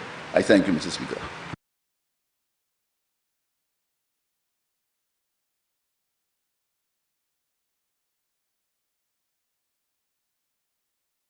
Honorable Prime Minister. Mr. Speaker, I want to thank the member on the opposite side for his comments. If there is one thing I can say, is that he's consistent. Unlike the member from Castries East, from Castries South, my apologies, that despite you bring evidence to the table, to the contrary, that they will continue to pursue a position of that the government is somehow trying to fault people. I'm very happy we're also back in the House and making the amendment. The initial information that was given to us by the banks themselves was that the banks wanted it to be a guarantee through the Bank of St. Lucia, and that the syndicates would not be mentioned. And the syndicates would be mentioned in the contract. I'm very, very happy that after the debate, that the same syndicate banks and the Bank of St. Lucia reconsidered and agreed that the loan would come back here in the name of the guarantee. So for that, I'm also equally pleased, because we want to be as transparent as possible. But I would really like to take on one consistent argument again, Mr. Speaker, if I may, that the member from the leader of the opposition from the opposite side, both to his credit, brings up both in the House and also is consistently making the same kind of comments publicly. And I can imagine that the public would be confused on this issue. And particularly given the quantum of monies that we're speaking of, this is a significant investment for a significant loan by the government and by extension the people of St. Lucia. And so everybody has a right to ask every single question and until they're able to get the level of clarity on this issue. So let me explain again, for the public's benefit, and hopefully members on the opposite side, what we inherited and what decisions we made and why we made those decisions and what are the assumptions that we were making. So when we came in, negotiations were extremely advanced with the International Finance Corporation, which is an entity of the World Bank, and it's the commercial wing, if you would like, of the World Bank. And who St. Lucia has had a tremendous amount of experience with. In fact, my first interaction as an economist was actually with the IFC, who are going to be lending us money to invest in a cement plant in St. Lucia. And I remember that discussion very, very well, where they had approved for us to be able to make an investment in a joint venture with a Colombian company called Cemento del Caribe. And funny that history would have had it, Mr. Speaker, that in my father's business, we used to carry cement for Cemento Caribe. In fact, I had been to Barranquilla physically and had understood what was taking place with the cement industry in this region. And I remember that hopefully members on the opposite side, particularly the leader of the opposition, would remember that there was a big war for cement. Because what had happened is that Trinidad decided to build a cement plant. Barbados decided to build a cement plant. And because of CARICOM, that they were entitled to protection. So what the Cemento Caribe did was to say that they were going to build a cement plant in St. Lucia. And in building it in St. Lucia, what they would have benefited from is protecting the OECS market, so that they would have had an easier access in being able to compete against Trinidad and Barbados. And it was being armed with that information and also understanding that the critical inputs that were coming in to allow the industry to survive were coming from Cemento Caribe themselves. The porcelain and the gypsum were very key components in the manufacturing and the processing of cement. And I remember that Cemento Caribe, with the support of the IFC, wanted for St. Lucia to be the majority shareholder. And I remember advising Sir John that what he should do is reverse the offer and allow Cemento Caribe to take the lead. And it was at that point that Cemento Caribe said, oh no, they have no confidence in St. Lucia because they were concerned that the government may potentially do a compulsory acquisition of their business. And I can say to you that the conversation went downhill significantly. So when we came in, what was the deal that was on the table? And it's important that we understand what that deal was. Because somehow, members on the other side are trying to give the general public this impression that they weren't going to borrow any money.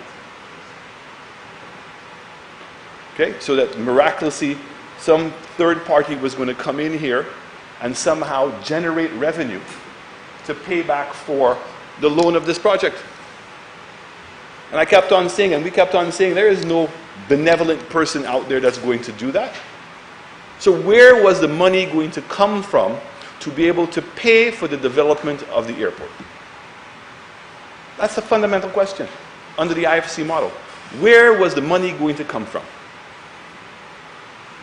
And the member, the leader of the opposition, actually is the minister at the time who brought a resolution to cabinet that gave him the authority in order that once the loan agreement was finalized to have increased the airport tax that was going to be made to the development, the PPP, of $55. It's important that we understand that. So that the airport tax that was at $25 was going to be increased by $55. Or it was going to be increased by $30, and the $25 that currently goes to SLASPA would no longer go to SLASPA. So government would forego the $25 that SLASPA was earning, it would be added to $30, and it would make it to $55.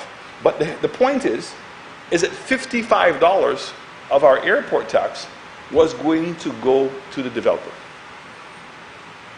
And by doing it through, for 30 years, and by doing it through a PPP, through that mechanism, it is well known that if you do what's called an SPV, a special purpose vehicle, in which you give that entity the autonomy that it needs, and you assign it the revenue, that they will now assume the debt. So instead of the debt being passed on to the state, or having to be guaranteed by the government of St. Lucia for SLASPA, this entity would actually assume the debt.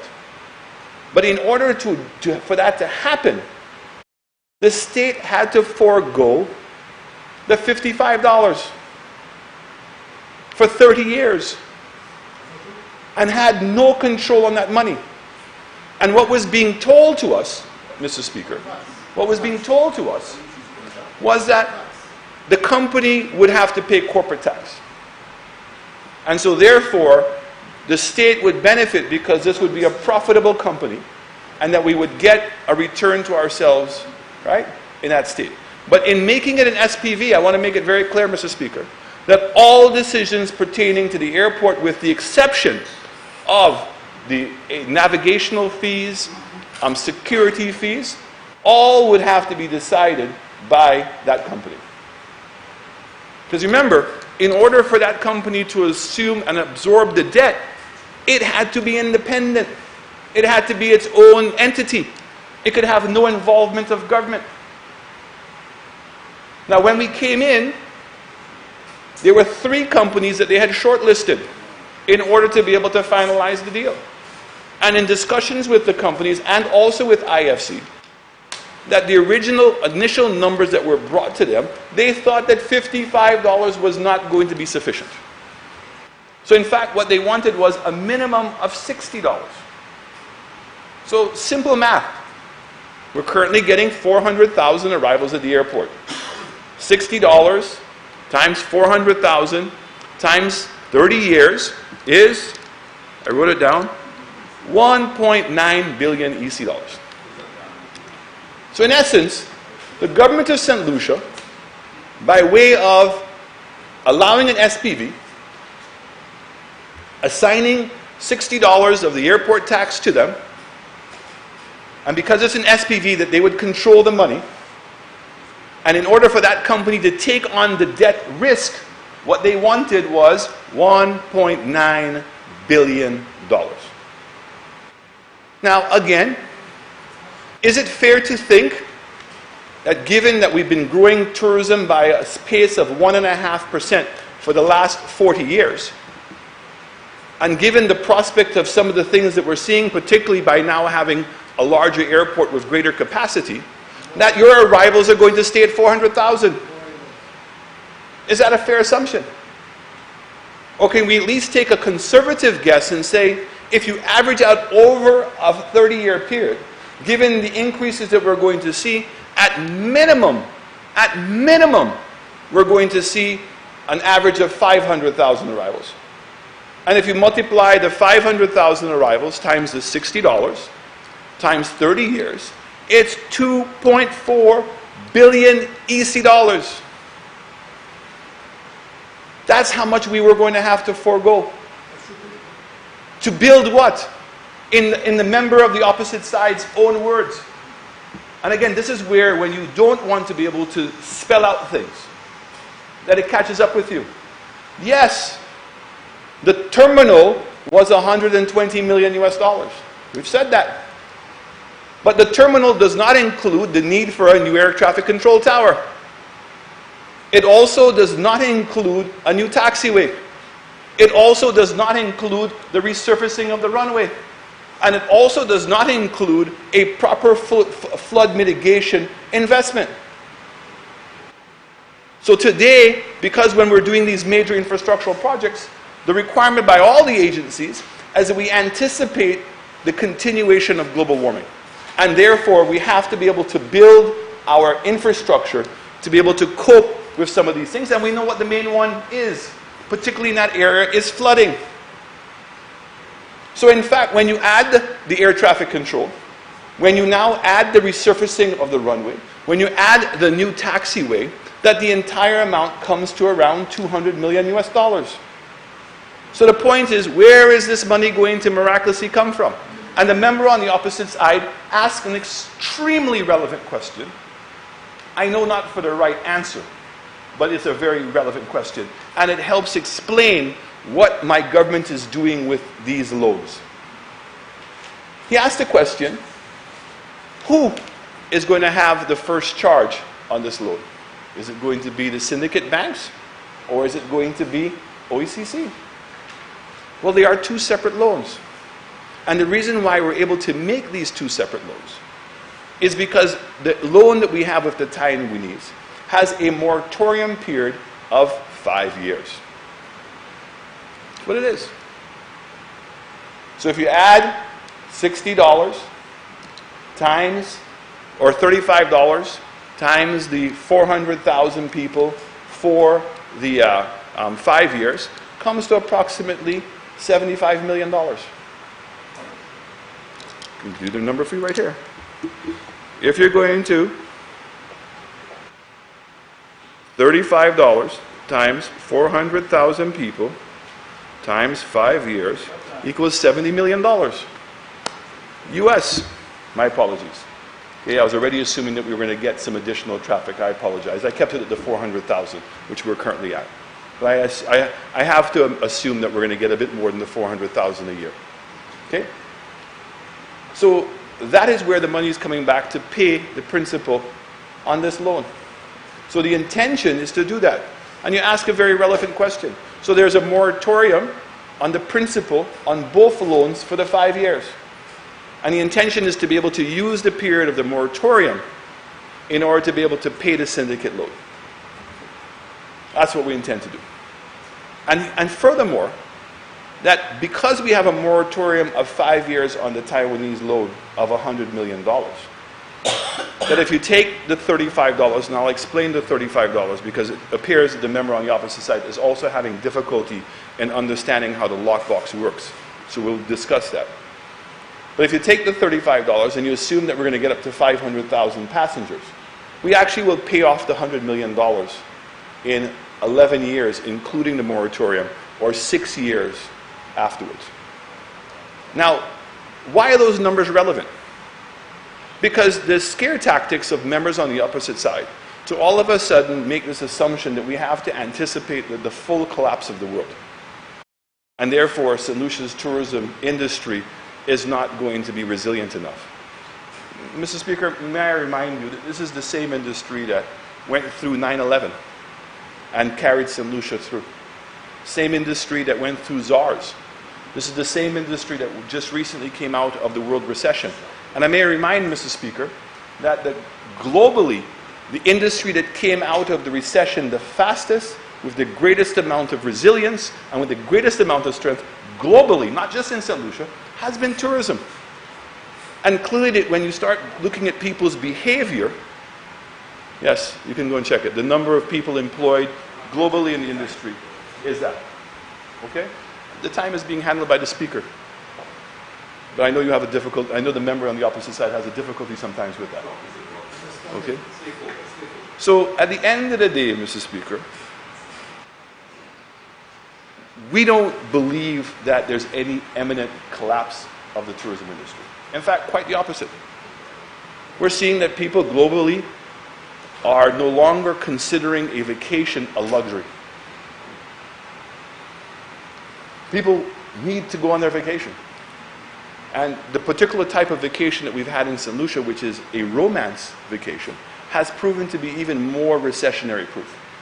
Because these are generally very emotional expenditures. Unlike a family vacation or an annual vacation in which people say, okay, if it's getting recessionally tight, I'm going to cut back on the amount of money. But when it comes to romance, and that's what we saw, and that's what carried us out of the recession in 2009 and 2010. And St. Lucia was the only country that had growth. In fact, we saw a 30% growth in our U.S. market. We saw an overall 15% growth in 2010. And Mr. Speaker, that was also including that we had Hurricane Thomas at the end of October. So it means we lost a lot of our arrivals in November and December, and we still showed record numbers. So the biggest issue confronting us, we believe, Mr. Speaker, from a risk perspective, is actually global warming and natural disasters. And that's why included in the loan negotiation that we have, which was something that was started by Grenada and when they were redoing their debt, is to have a clause that if in fact that there is a national disaster, that the debt repayments will be put on moratorium until such time as the economy is recovered. And that's becoming now an accepted standard practice. So, Mr. Speaker, how does the lockbox work? So in this instance, what we have done is we came to the House and we've legislated to give permission to SLASPA to collect $35, to keep the $35 as part of the airport tax. And remember, the airport tax currently is at $98. $25 is going to SLASPA, and $35 is going into this lockbox. And that money is actually going into a bank account, will be going into a bank account once the loan agreement has been completely signed, and into a bank account in New York City, and that's where the monies will be drawn down on to be able to pay back the loan.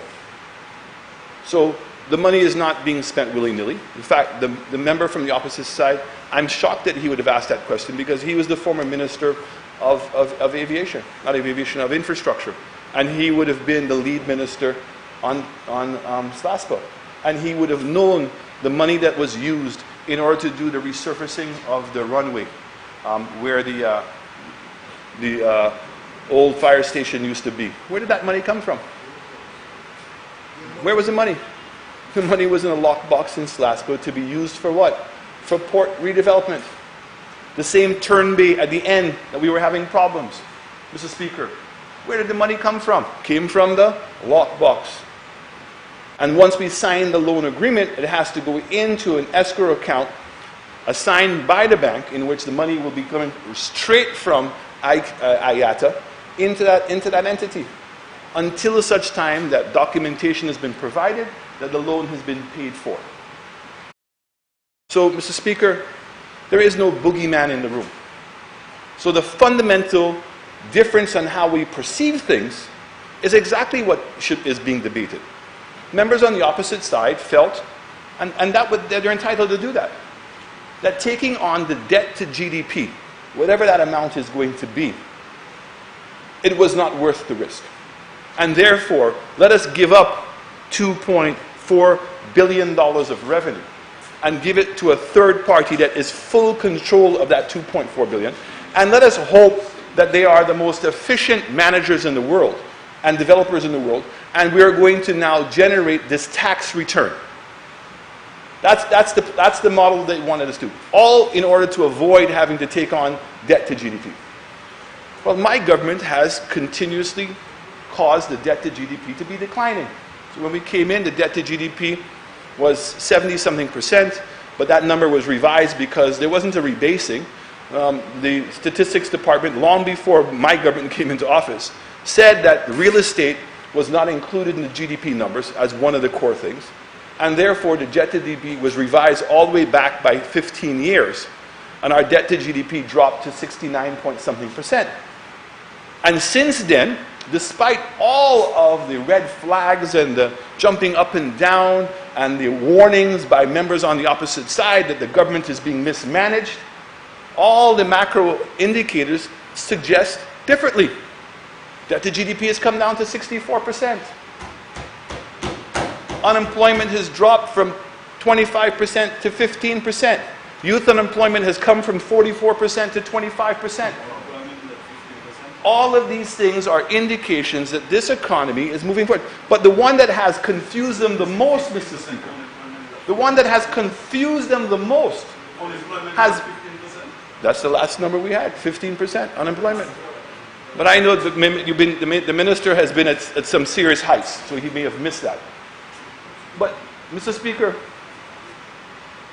it is amazing to me that with the evidence that's directly in front of them, that members on the opposite side are continuing to struggle. So even when it comes to the generation of revenue, we have increased the amount of taxes that we collected in total from 950 million to 1.2 billion. And we did that by doing what? Lowering the tax rates, taking the burden off of the small people of this country. The same people, Mr. Speaker, that they continue to believe that they're representing.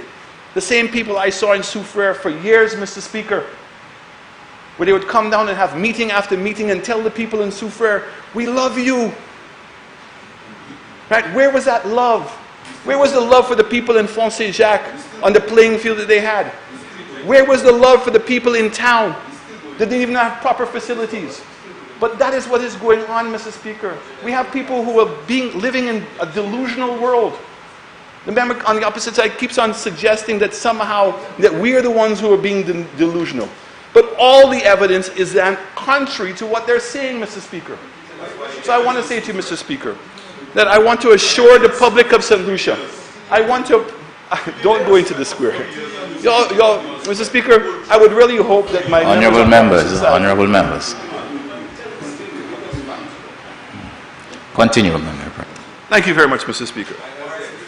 I would like to say that members of the opposite side, Mr. Speaker, continue to try to peddle a confusion, to peddle a narrative that somehow that we are borrowing $600 billion, and that the potential of borrowing that money might have been there otherwise.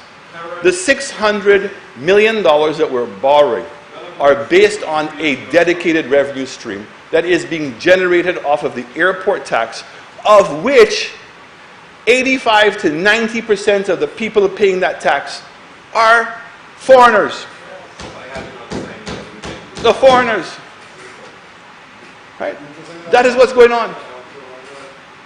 And so therefore, the banks and everyone have looked at that dedicated revenue stream, have done their own assessment in terms of what the risk potentially would be, and have realized that the government has built-in insurance into it. Because the $35 for the 20 years is more than enough to be able to cover the debt. So even if that you have a period of time in which your tourism growth may not grow up, that you would have built up a sufficient amount of reserves to be able to finance the loan. But these are the parts, Mr. Speaker, that members of the opposite side refuse to talk about. They'd rather talk about the 600 million, because you know what? It's the same narrative all the time, Mr. Speaker. It's one of, let's scare everybody, right? Let's be scared of moving forward. Let's not develop this country. It's the same vision that they had for View Fort, the new frontier. All these things were going to happen, but nothing has happened, Mr. Speaker, because the dreams and the aspirations... Honorable members, the honorable member.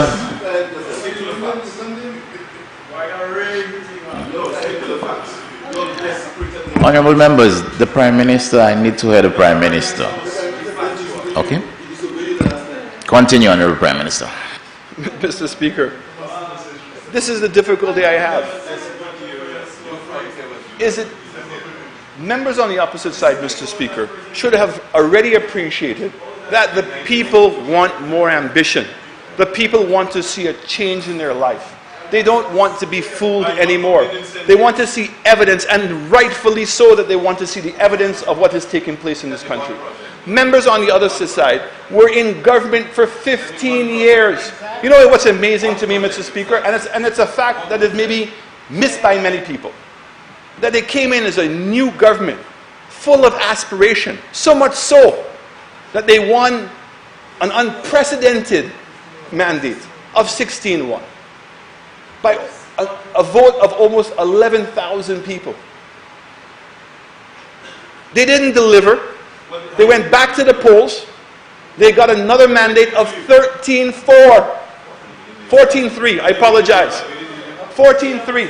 And clearly you didn't deliver, because when it came back, the people of this country decided to put you out. Now, after they put them out, Mr. Speaker, what is amazing to me? Honorable members. Yeah. Honorable members. We all have an opportunity in this House to address the House. Not just I need to hear the Prime Minister, but he ought to be heard in silence. Continue. Thank you, Mr. Speaker. So after, Mr. Speaker, they had 10 years to gain the experience in order to be able to govern this country, and that the only thing that they had left behind was debt and broken promises. They had 5 years in opposition, Mr. Speaker, in which they could reconsolidate themselves and think about what they went wrong. And the same team literally came back, Mr. Speaker, came back in and won the government by a slight margin, but they won democratically. They won. And they came in, Mr. Speaker, for 5 years.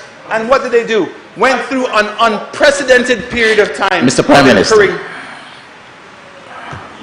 Honorable member, I've always said I do not have any issue with crosstalk. But when the crosstalk is getting too loud, then I start having an issue. Okay? Proceed.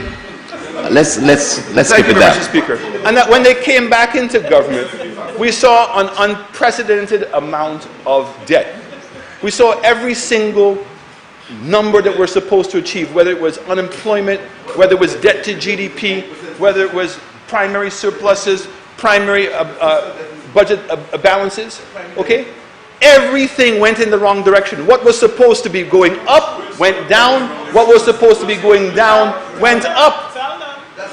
And that was unbelievable, Mr. Speaker. Okay?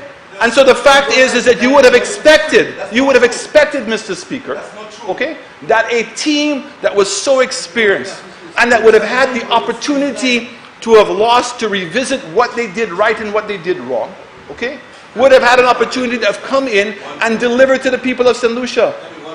But we did not. They never did. They never did. And instead of now accepting responsibility for their own actions, continue to try to throw it on somebody else. So, Mr. Speaker, while I appreciate legitimate questions about what we're attempting to do, and I will deal every question on a legitimate basis in this House, but I want to say to the public of St. Lucia that this is a continuing charade by the members on the opposite side to basically scare everybody that there's something going wrong. I want to say to you, all the people who are participating in this syndicate, the Taiwanese government who is lending us the money, all the entities involved, they cannot all be wrong. They cannot be all wrong. Okay? So I'm saying to the public of St. Lucia, this is a well thought out process. And the risk, yes, we have to be able to provide a government guarantee to the SLASPA. But we believe that SLASPA's business plan towards dealing with the reconstruction of the airport is viable, it's sensible, it's responsible, and it's the right way to go.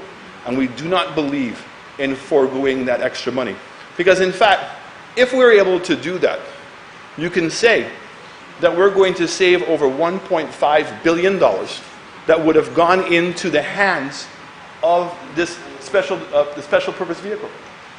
So if we're able to pay the loan off in 11 years, instead of having to wait to pay over 30 years, the money that you're going to save, that foregone revenue, is what you're going to use to be able to continue the infrastructural investment in this country. That is where that money is going to go. And that the revenue that we're going to be generating at that point would be debt-free, because that would be cash coming into us, and we don't have to borrow the money anymore.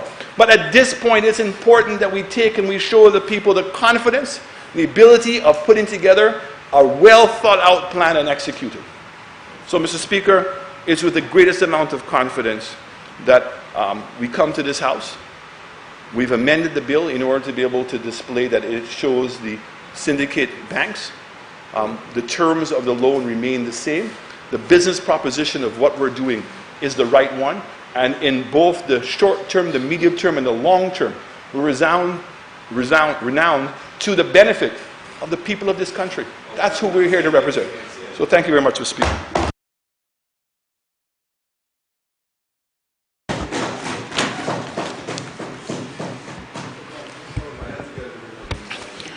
Honorable members, honorable members, honorable members, honorable member for Castries, I'm now putting a question. The question is that Parliament revokes the Finance Administration Act, resolution of Parliament to authorize the Minister for Finance to guarantee borrowing by the St. Lucia Air and Seaports Authority to finance the Hiranora International Airport Redevelopment Project, published as Statutory Instrument number 94 of 2019.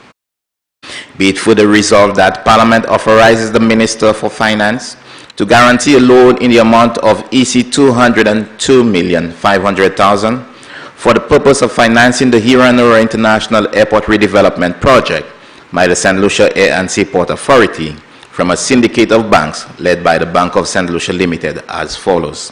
A. Bank of St. Lucia Limited, EC 58,900,000. B. First National Bank St. Lucia Limited, EC 54,500,000. C. Grenada Cooperative Bank Limited, EC 40,100,000. D. Antigua Commercial Bank Limited, EC 24,500,000. E. Eastern Caribbean Amalgamated Bank, EC 24,500,000. Be it further resolved that A. The loan is repayable over a period of 20 years, inclusive of a grace period of 5 years, on the principal payments with interest only paid. B. The interest is payable quarterly from the date of the initial disbursement of the loan amount and is payable at a rate of 5.5% per annum during the grace period of 5 years. C. The interest is payable semi-annually at a rate of up to 5% per annum at the expiry of the grace period of 5 years. D. A commitment fee of 0.75% is payable on the disbursement of the loan. I now put a question. As many as are of that opinion, say aye. Aye. As many as of a contrary opinion, say no. No. I think the ayes have it. The ayes have it.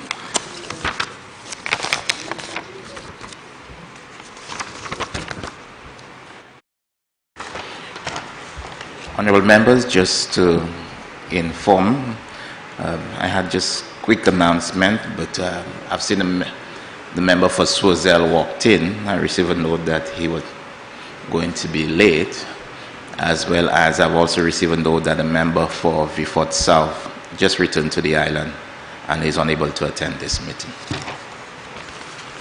Honorable Prime Minister.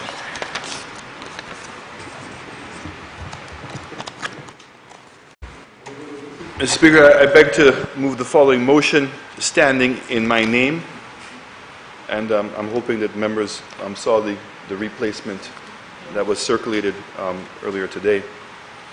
Whereas it is provided under Section 34(2) of the Finance Administration Act, Cap 1501, that the minister responsible for the finance may, if satisfied that it is in public interest and with the prior approval of Parliament, cause the Director of Finance and Planning to purchase shares in any public company with monies from the Consolidated Fund. And whereas the Minister of Finance is satisfied that it is in the public interest to purchase with the monies from the Consolidated Fund 401 to purchase with monies from the Consolidated Fund 401,174 Republic Financial Holding Limited shares. Let me repeat that again so there's no confusion, Mr. Speaker.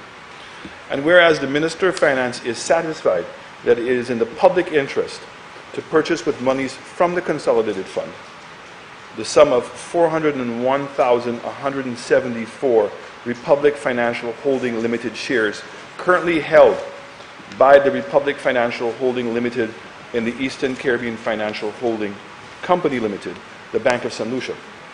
Be it resolved that the Parliament authorizes the Minister for Finance to purchase with monies from the Consolidated Fund 401,174 Republic Financial Holding shares currently held by the Republic Financial Holding Limited in the Eastern Caribbean Financial Holding Company Limited, Bank of St. Lucia.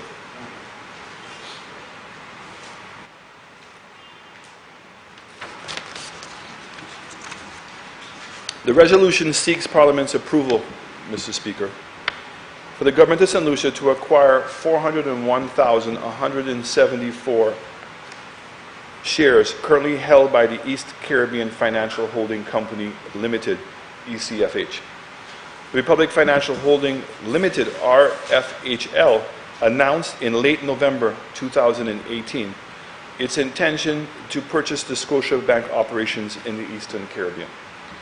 Given RFHL's 19.36% stake in the Eastern Caribbean Financial Holding Company, existing shareholders took the opportunity to increase their holdings in ECFH by acquiring shares currently held by RFHL.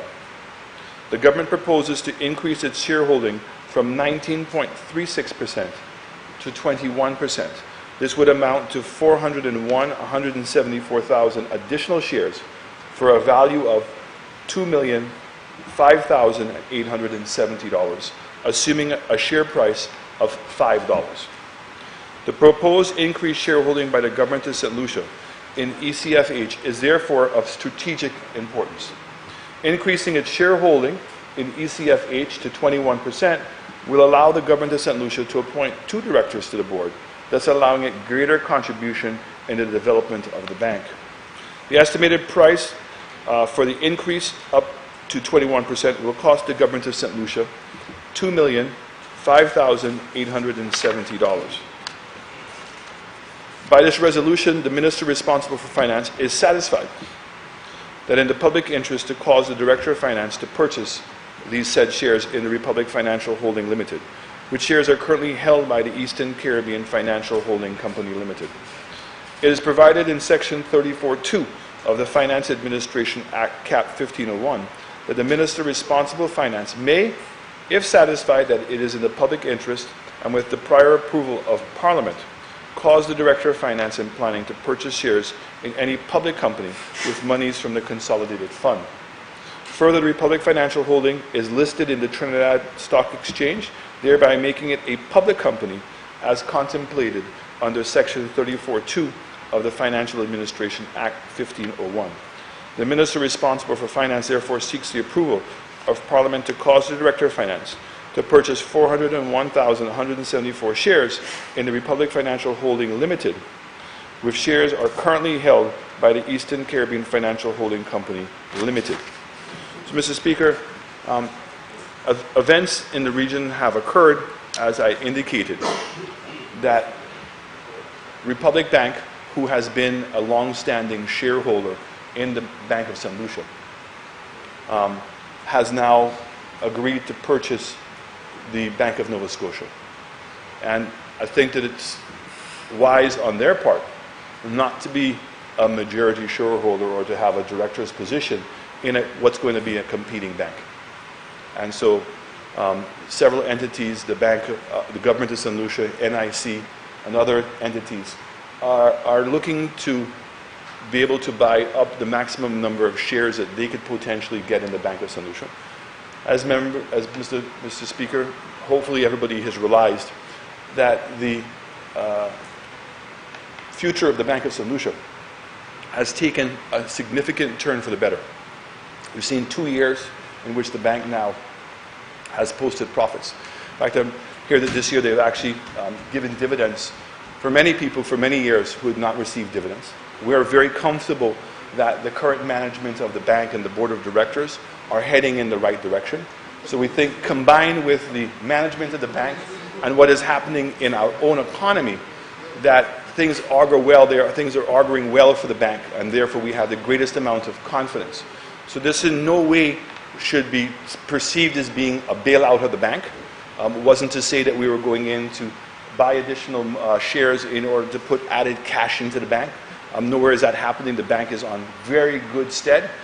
We see it as a strategic move by our government in order to be able to get an additional director on the bank, and also to ensure the longevity of this bank. The government of St. Lucia, by both parties, I would like both political parties, Mr. Speaker, I believe have done yeoman's work in being able to support us having our own national bank. There are enough competing elements out there, correspondent banking and de-risking being at the top of the list, that the bank has to be able to adjust to, but the bank has shown the capacity and the capability of being able to move forward, and I'm looking forward to the support of Parliament that we can get this approved so we can allow the Director of Finance to proceed in the purchasing of those shares being made available by the fact that the Republic Bank now is purchasing the Bank of Nova Scotia.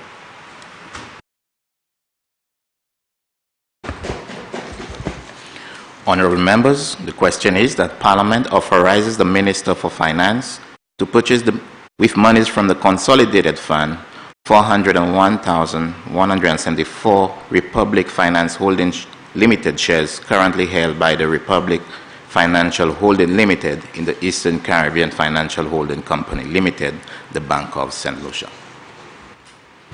Honourable Leader of the Opposition. Thank you, Mr. Speaker. Mr. Speaker, I cannot be against a local increase in the shareholding in a local bank.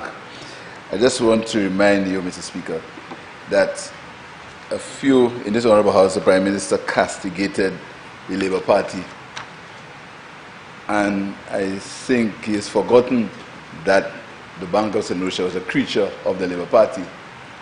And at that time, it was castigated by the UWP that we were communists and we were taking over a local bank when he decided to buy over Chase Manhattan. So, but the history, Mr. Speaker, the history always comes around. The history always comes. The history always not repeat. History always repeats itself.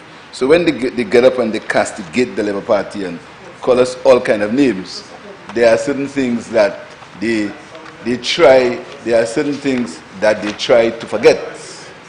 Mr. Speaker, the shareholding of the Bank of St. Lucia right now is made up of the Government of St. Lucia, 19.36%, the Republic Bank, 19.36%, the National Insurance Corporation, 17.41%, and preference shares held by the National Insurance Corporation of 830,000 preference shares.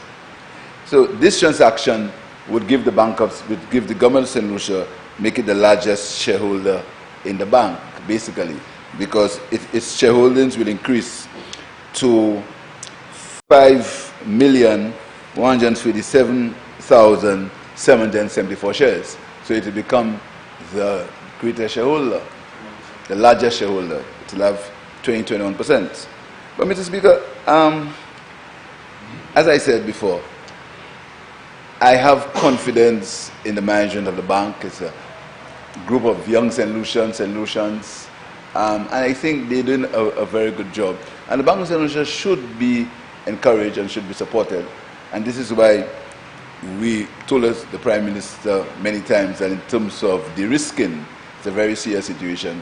And then the opposition has said, but as usual, we will be abused and ridiculed. But Mr. Speaker, I also have an issue with the two directors on the bank. Not an issue with the persons who are directors. I don't want to be misquoted. I have no issue with the people. I have a problem with the government now putting his hand in a way in the directorship of the bank. So you have the NIC and you have the government. That's just a concern. And I want to I want to say to the people, the individuals, that they must take decisions based purely on straight financial decisions and not political. Don't let political situations sway them one way or the other. Just an advice. I'm not casting any aspersion. I'm just saying that when you're appointed by the government, there's a tendency to believe that you must do what the government says. And I hope that the director of the bank, the directors who are appointed by the bank, albeit some of them may be strong supporters of the government, they should understand that they have a duty. They have a duty to the shareholders and a duty to the people. In terms of the share price, the Prime Minister said the shares are bought for $5. I will not. In 2018, the shares traded at $4.17. But if you are projecting growth, so I think $5 may be a reasonable amount to pay, although I would have erred on the side of caution and paid a little less than $5. But it's because it was sold at $4.17 in the year 2018. But I wonder, Mr. Speaker, whether the public of St. Lucia could not have been invited to purchase some of these shares instead of the government. I think the bank has begun to make profit, and I think the people of St. Lucia, the shareholders, the existing shareholders, plus new shareholders, I'm wondering whether they could not be invited to buy at least $200,000 of the shares, and the government take the rest. It's something that we should look at, because you see, the idea of the government sometimes it scares people, and it's not because there's no faith in the bank, but people get afraid of the government. People get afraid of the long hand of government. So I was wondering whether the public should not, the long hand of the government, I'm wondering whether the public should not be invited to buy some shares. But I'm glad that they corrected the resolution that was passed, that was circulated. I'm happy they corrected it. So just a word of caution.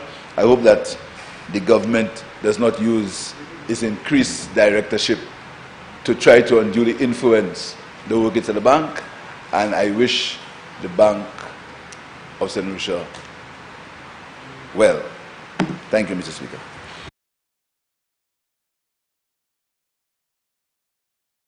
Member for Castro South. Thank you very much, Mr. Speaker. Mr. Speaker, my comment is not my contribution necessarily on the wisdom of the policy of buying shares. I want to deal, first of all, Mr. Speaker, with procedural matters. And please, Mr. Speaker, as the presiding officer, you may wish to guide me on some of those matters. Usually I rely on the member for Beaufort South to advise on those matters. And let me just go back to what happened earlier in this House, Mr. Speaker. Under the papers to be laid, we laid a statutory instrument for the borrowing from the syndicate, which was passed in June. It was tabled this morning, it was laid in the House this morning, only for us 10 minutes later to revoke that motion for borrowing and to approve a new resolution. And I ask you procedurally, was there a necessity for us to have tabled the SI this morning? Now it may very well, and I'm sure it was gazetted already, but we actually came to this house and we tabled an SI, which 10 minutes later we revoked. Was it necessary to do so? And that leads me, Mr. Speaker, to the next procedural question I want to ask you. And that will depend on whether or not I approve and support the resolution. The resolution does not mention any amount. It says authorization to use monies from the consolidated fund. And is it proper for the House to approve a resolution for borrowing or for the use of monies which does not state the amount that is involved? Because in a sense we are meeting here in Parliament and we are approving some that we don't even know, certainly by way of the resolution that was passed in the House. And I would certainly seek your guidance on it, Mr. Speaker. I don't want us to come back again and revoke. And I don't know exactly how it will play out, how it's supposed to be. In this gathering, in this room, I think I'm a new parliamentarian together with a couple of other members on the government side. But is this the correct way to do it? Shouldn't an amount be stated in the resolution? And I would seek your guidance on it. The third point I want to make, Mr. Speaker, and again for the records, the first resolution that was shared obviously had an error on it. It gave the impression that the government, the Prime Minister is just walking in, so he probably would not have heard my previous comment, and maybe I'll repeat it for him to hear, whether or not the resolution should not properly state the amount of money that is being, expended, and if it's the correct procedure to just state monies as against stating the exact amount. And I went on to make a point, Mr. Speaker. No, but the resolution does not have that. So, yes, in your statement, Mr. Speaker, the statement said a sum, but the resolution does not have that sum on it. And I'm asking you. The other point I was making, Mr. Speaker, is the resolution clearly had an error. It gave the impression that we were buying shares in Republic Bank, which are held by ECFH, and a correction was made. But in the Prime Minister's statement, and I'm sure I listened to him carefully, his statement of explanation still seemed to have contained the error. And follow me, Mr. Speaker, and the Prime Minister can probably point if I'm wrong, in his statement, he still referred to shares held by ECFH to be purchased in Republic Bank, almost as if his notes had not corrected the fact that the resolution had been amended. Now that becomes official document of the House. His statement goes down in the records. And I would ask him to just review his note and see whether or not I'm right. Because in his presentation, he seemed to have kept the error. And I don't know whether or not he would want to note that it may have been an error, that his notes were not corrected to reflect the change in the resolution. The fourth point I want to make, Mr. Speaker, is, and I need the Prime Minister to provide guidance on this. What exactly is the shareholding of NIC in ECFH? And could NIC not have bought those shares and probably got an extra director? Did it have to be the government to purchase those shares? And the leader of the opposition asked, why wasn't the public asked? I think the Prime Minister will say he wanted the government essentially to increase their shareholding and have more directors. But couldn't NIC do it? Did we have to use monies from the public purse to buy those shares? If NIC can buy those shares, increase the number of directors, and we still have the net effect of increasing the state influence in the decision making of the bank, assuming you want to achieve that as a policy measure. So I'm wondering, why are we using our state resources to buy shares when NIC can purchase it as an investment? And the question I have to ask, is the government intending to resell those shares to any entity, including the NIC? Because the government is purchasing the shares. Does the government have any intention of reselling those shares? Because if you look at the shareholding of NIC and the shareholding of the government, tactically you can even make a wiser decision than the government by itself buying all the shares. But that's not for me to make. I mean, these are policy matters for the government to make. And as usual, when we stand in this house and we make suggestions, like the leader of the opposition always says, you're castigated for making it. So I'm not getting involved in the policy making decision. I want to raise again, Mr. Speaker, 2 points that I wish you to guide me on. The one, this point about the SI, I think is past. So I don't know how we can, whether that's even of significance. But secondly, whether or not the resolution should not state the sum that the Prime Minister read out in his notes. Because in his notes he actually said what the sum was. But in the resolution there is no reference to the sum.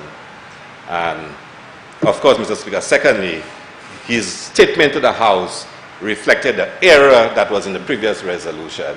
And it did not seem that his notes were corrected. I may have missed some of the words, but I seem to have gotten the gist that he had not changed his notes in the official statement to the House. Thank you very much.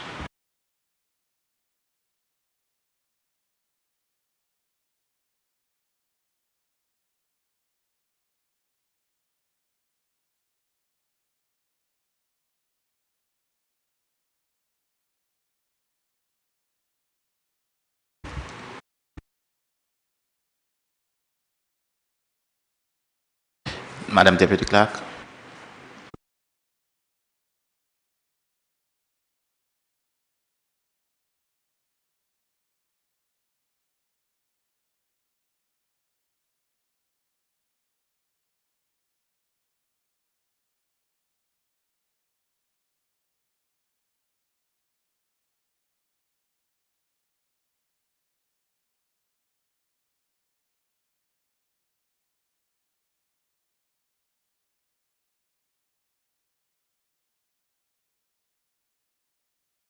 Honorable Prime Minister, Minister of Finance. Thank you very much, Mr. Speaker. Just in being able to address some of the concerns and the lay of the affair of some members on the opposite side on some relevant points. In speaking to the Attorney General's office and also to the Director of Finance, the reason why the dollar amount was not put in is because the price is subject to fluctuation. It's a price that is moving on a regular basis. Right now, we're estimating that it's going to be $5. So putting in the quantum of shares tells what the amount we're going to be able to purchase. With regards to, you would recognize that the Republic Bank has 19% of the current shares. And the government is only purchasing a small portion of those shares to go from 19% to 21%. NIC is also purchasing additional shares. I believe NIC is also at around the 19% threshold. And I believe that they're buying shares to go up to 25%. And then really the remaining amount of shares will be at the discretion of the Republic Bank, who will be making it available to the different people. But it is the intention of the Republic Bank to liquidate. Member from Castries South rightfully pointed out that there was an amendment which came in as I started the process. That's reflected in the resolution itself, but was not reflected in my notes. So the position that's in the resolution is the correct way of describing the transaction that is taking place. And I beg his indulgence on that issue, and I'm glad that he brought that point up at this point. But certainly the intention here is simply to be able to take advantage of the liquidation by the Republic Bank in order to get at least 2 directors for the Bank of St. Lucia. NIC is also going to be doing the same thing. And the member from the leader of the opposition, indicated, government should not try to be the dominant player here. I don't think that we are attempting to be the dominant player in any ways, but strategically getting the additional shares allows us to get one additional board member. I would like to also point out that, and I want to also agree with him, that on all boards, that when people are appointed on the recommendation of a government or an entity that's entitled to do that, from a governance perspective, that they're there in their professional capacity and are to represent the interest of the entity that they're on the board of. And I'm hoping, and I repeat publicly, that if we do have board members who are on entities and they feel strongly about a particular position, that they're to voice them. I mean, this is one of the reasons why, Mr. Speaker, that one of the first things that we did when we came into government was to actually do a governance directors training program, not only for ministers and PSs and chairpersons and the board of directors, and it's something that we need to continue to refresh ourselves and remind ourselves that when you are on these boards, you're not there to represent the entity, your primary shareholder. You are there to represent the collective shareholder. And I have to say that the board of directors that have been appointed have been exercising that duty responsibly. The government is extremely mindful, and we stay very far removed from the decisions that are taking place at that particular board and many other boards like it. And that this is why I think that when decisions are being questioned, Mr. Speaker, particularly by members of the opposite side, that the board members are comfortable in coming out and showing their evidence-based decisions. So there's justification in why they're doing it. It's not about being told to do something, but it's something in which they can freely analyze. And that is how we're going to see this country to continue to succeed and to be able to overcome the level of divisiveness that we see sometimes. But certainly, we're going to continue to practice that method of governance in our own administration.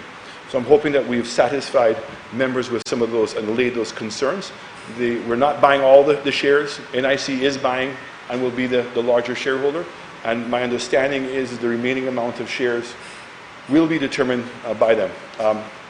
I am actually, while we're in session today, during our lunch break, going to be meeting with members of Republic and also with Bank of Nova Scotia tomorrow, because I believe that they've been having meetings with the central bank. You know, there's a process in order for the entire approval of the purchasing of shares have to be done. We're a member of the ECCB, and therefore it is the responsibility of the ECCB to have done its due diligence and to make a recommendation to the states. And each country retains its own right in terms of how to be able to proceed. But I am very satisfied that both parties, Bank of Nova Scotia and the Republic Bank, have acted in the most professional way.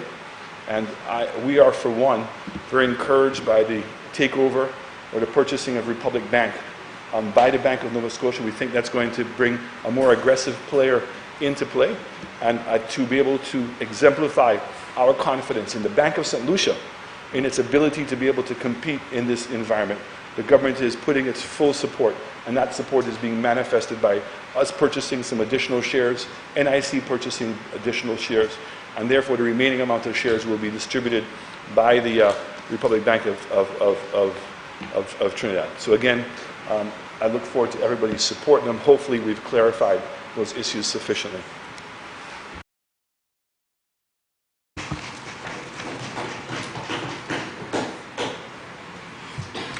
Honourable members, the question is that Parliament authorizes the Minister for Finance to purchase with monies from the Consolidated Fund 401,174 Republic Financial Holding Limited shares currently held by the Republic Financial Holding Limited in the Eastern Caribbean Financial Holding Limited, the Bank of St. Lucia. I now put the question. As many as are of that opinion, say aye. Aye. As many as of a contrary opinion, say no. I think the ayes have it. The ayes have it. Honourable Prime Minister. Speaker, could we take a lunch break for... Oh.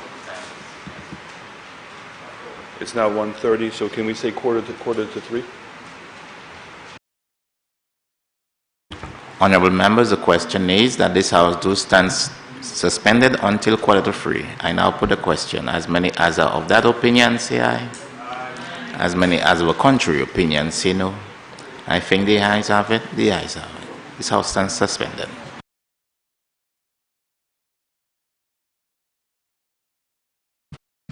Well, we've come to the end of this morning session in the House of Assembly. Perhaps we can quickly run through some of the proceedings here this morning. Motions by the Prime Minister and Minister for Finance, Economic Growth, Job Creation, External Affairs and Public Service that be it resolved that they authorize the Attorney General to make an order to declare the 2015 supplement of revised edition of the laws of St. Lucia as specified in the order shall come into force on such a date as may be appointed by such order as an authoritative version of the law. Therefore, Parliament has therefore authorized the Minister to borrow $82,200,000 to finance the guarantee of a loan to the amount as specified, $82,200,000 for the purpose of financing the Honora International Airport Redevelopment Project by the St. Lucia Air and Seaports Authority from a syndicate of banks led by the Bank of St. Lucia Limited as follows. The Bank of St. Lucia Limited, $58,900,000. The First National Bank of St. Lucia Limited, $54,500,000. The Grinder Cooperative Bank Limited, $40,100,000. The Antigua Commercial Bank Limited, $24,500,000. And the Eastern Caribbean Amalgamated Bank, $24,500,000. It is just the Parliament also authorized the Minister of Finance to purchase with monies from the consolidated fund 401,174 shares in the Republic Financial Holding Limited, which shares are currently held by Eastern Caribbean Financial Holding Company Limited, the Bank of St. Lucia. We also had statements by a couple of ministers. The Minister for Agriculture gave an update on the Wasco projects, 3 major projects. The Viewport water supply at a cost of $55.26 million AC, which would last at a period of 35 months. And this project started in June 2018 and, as indicated, will last for a period of 35 months. He also spoke of the rehabilitation of the John Compton Dam, the Denwin of Water Project, and of course some more developments in the water development project here. The Minister for Tourism, the Honorable Dominic Fede, gave an update on the tourism arrival, unprecedented, he said. The record-breaking arrivals. He made mention of the amount of $4.7 million I've spent in the development of Carnival for 2019, and of course the amount of money invested in the festivities for Carnival this year. He also spoke of the developments as far as Virgin Atlantic is concerned, with the British Airways agreeing to allow the airline to invest, to give an additional 7,000 seats. And American Airlines as well has come to our rescue with flights from Chicago with 2,000 seats. He spoke of developments in village tourism as well, and the developments, the various activities that is going to be taking place in the coming months and the year to come. The Minister of Youth Development spoke of developments in sports as well. That's the Honorable Edmund Estefan. And so this is the developments as far as it unfolded for during this morning session. we invite you to join us at 2:45 this afternoon for the continuation of the session of the House here. So do join us. We'll be live here on NTN. At this moment, we will come to the end of the broadcast, and we invite you to join us here again when we reconvene at 2:45 for the continuation of the session here in the House of Assembly. I'm Private Hutchinson, thanking you for viewing.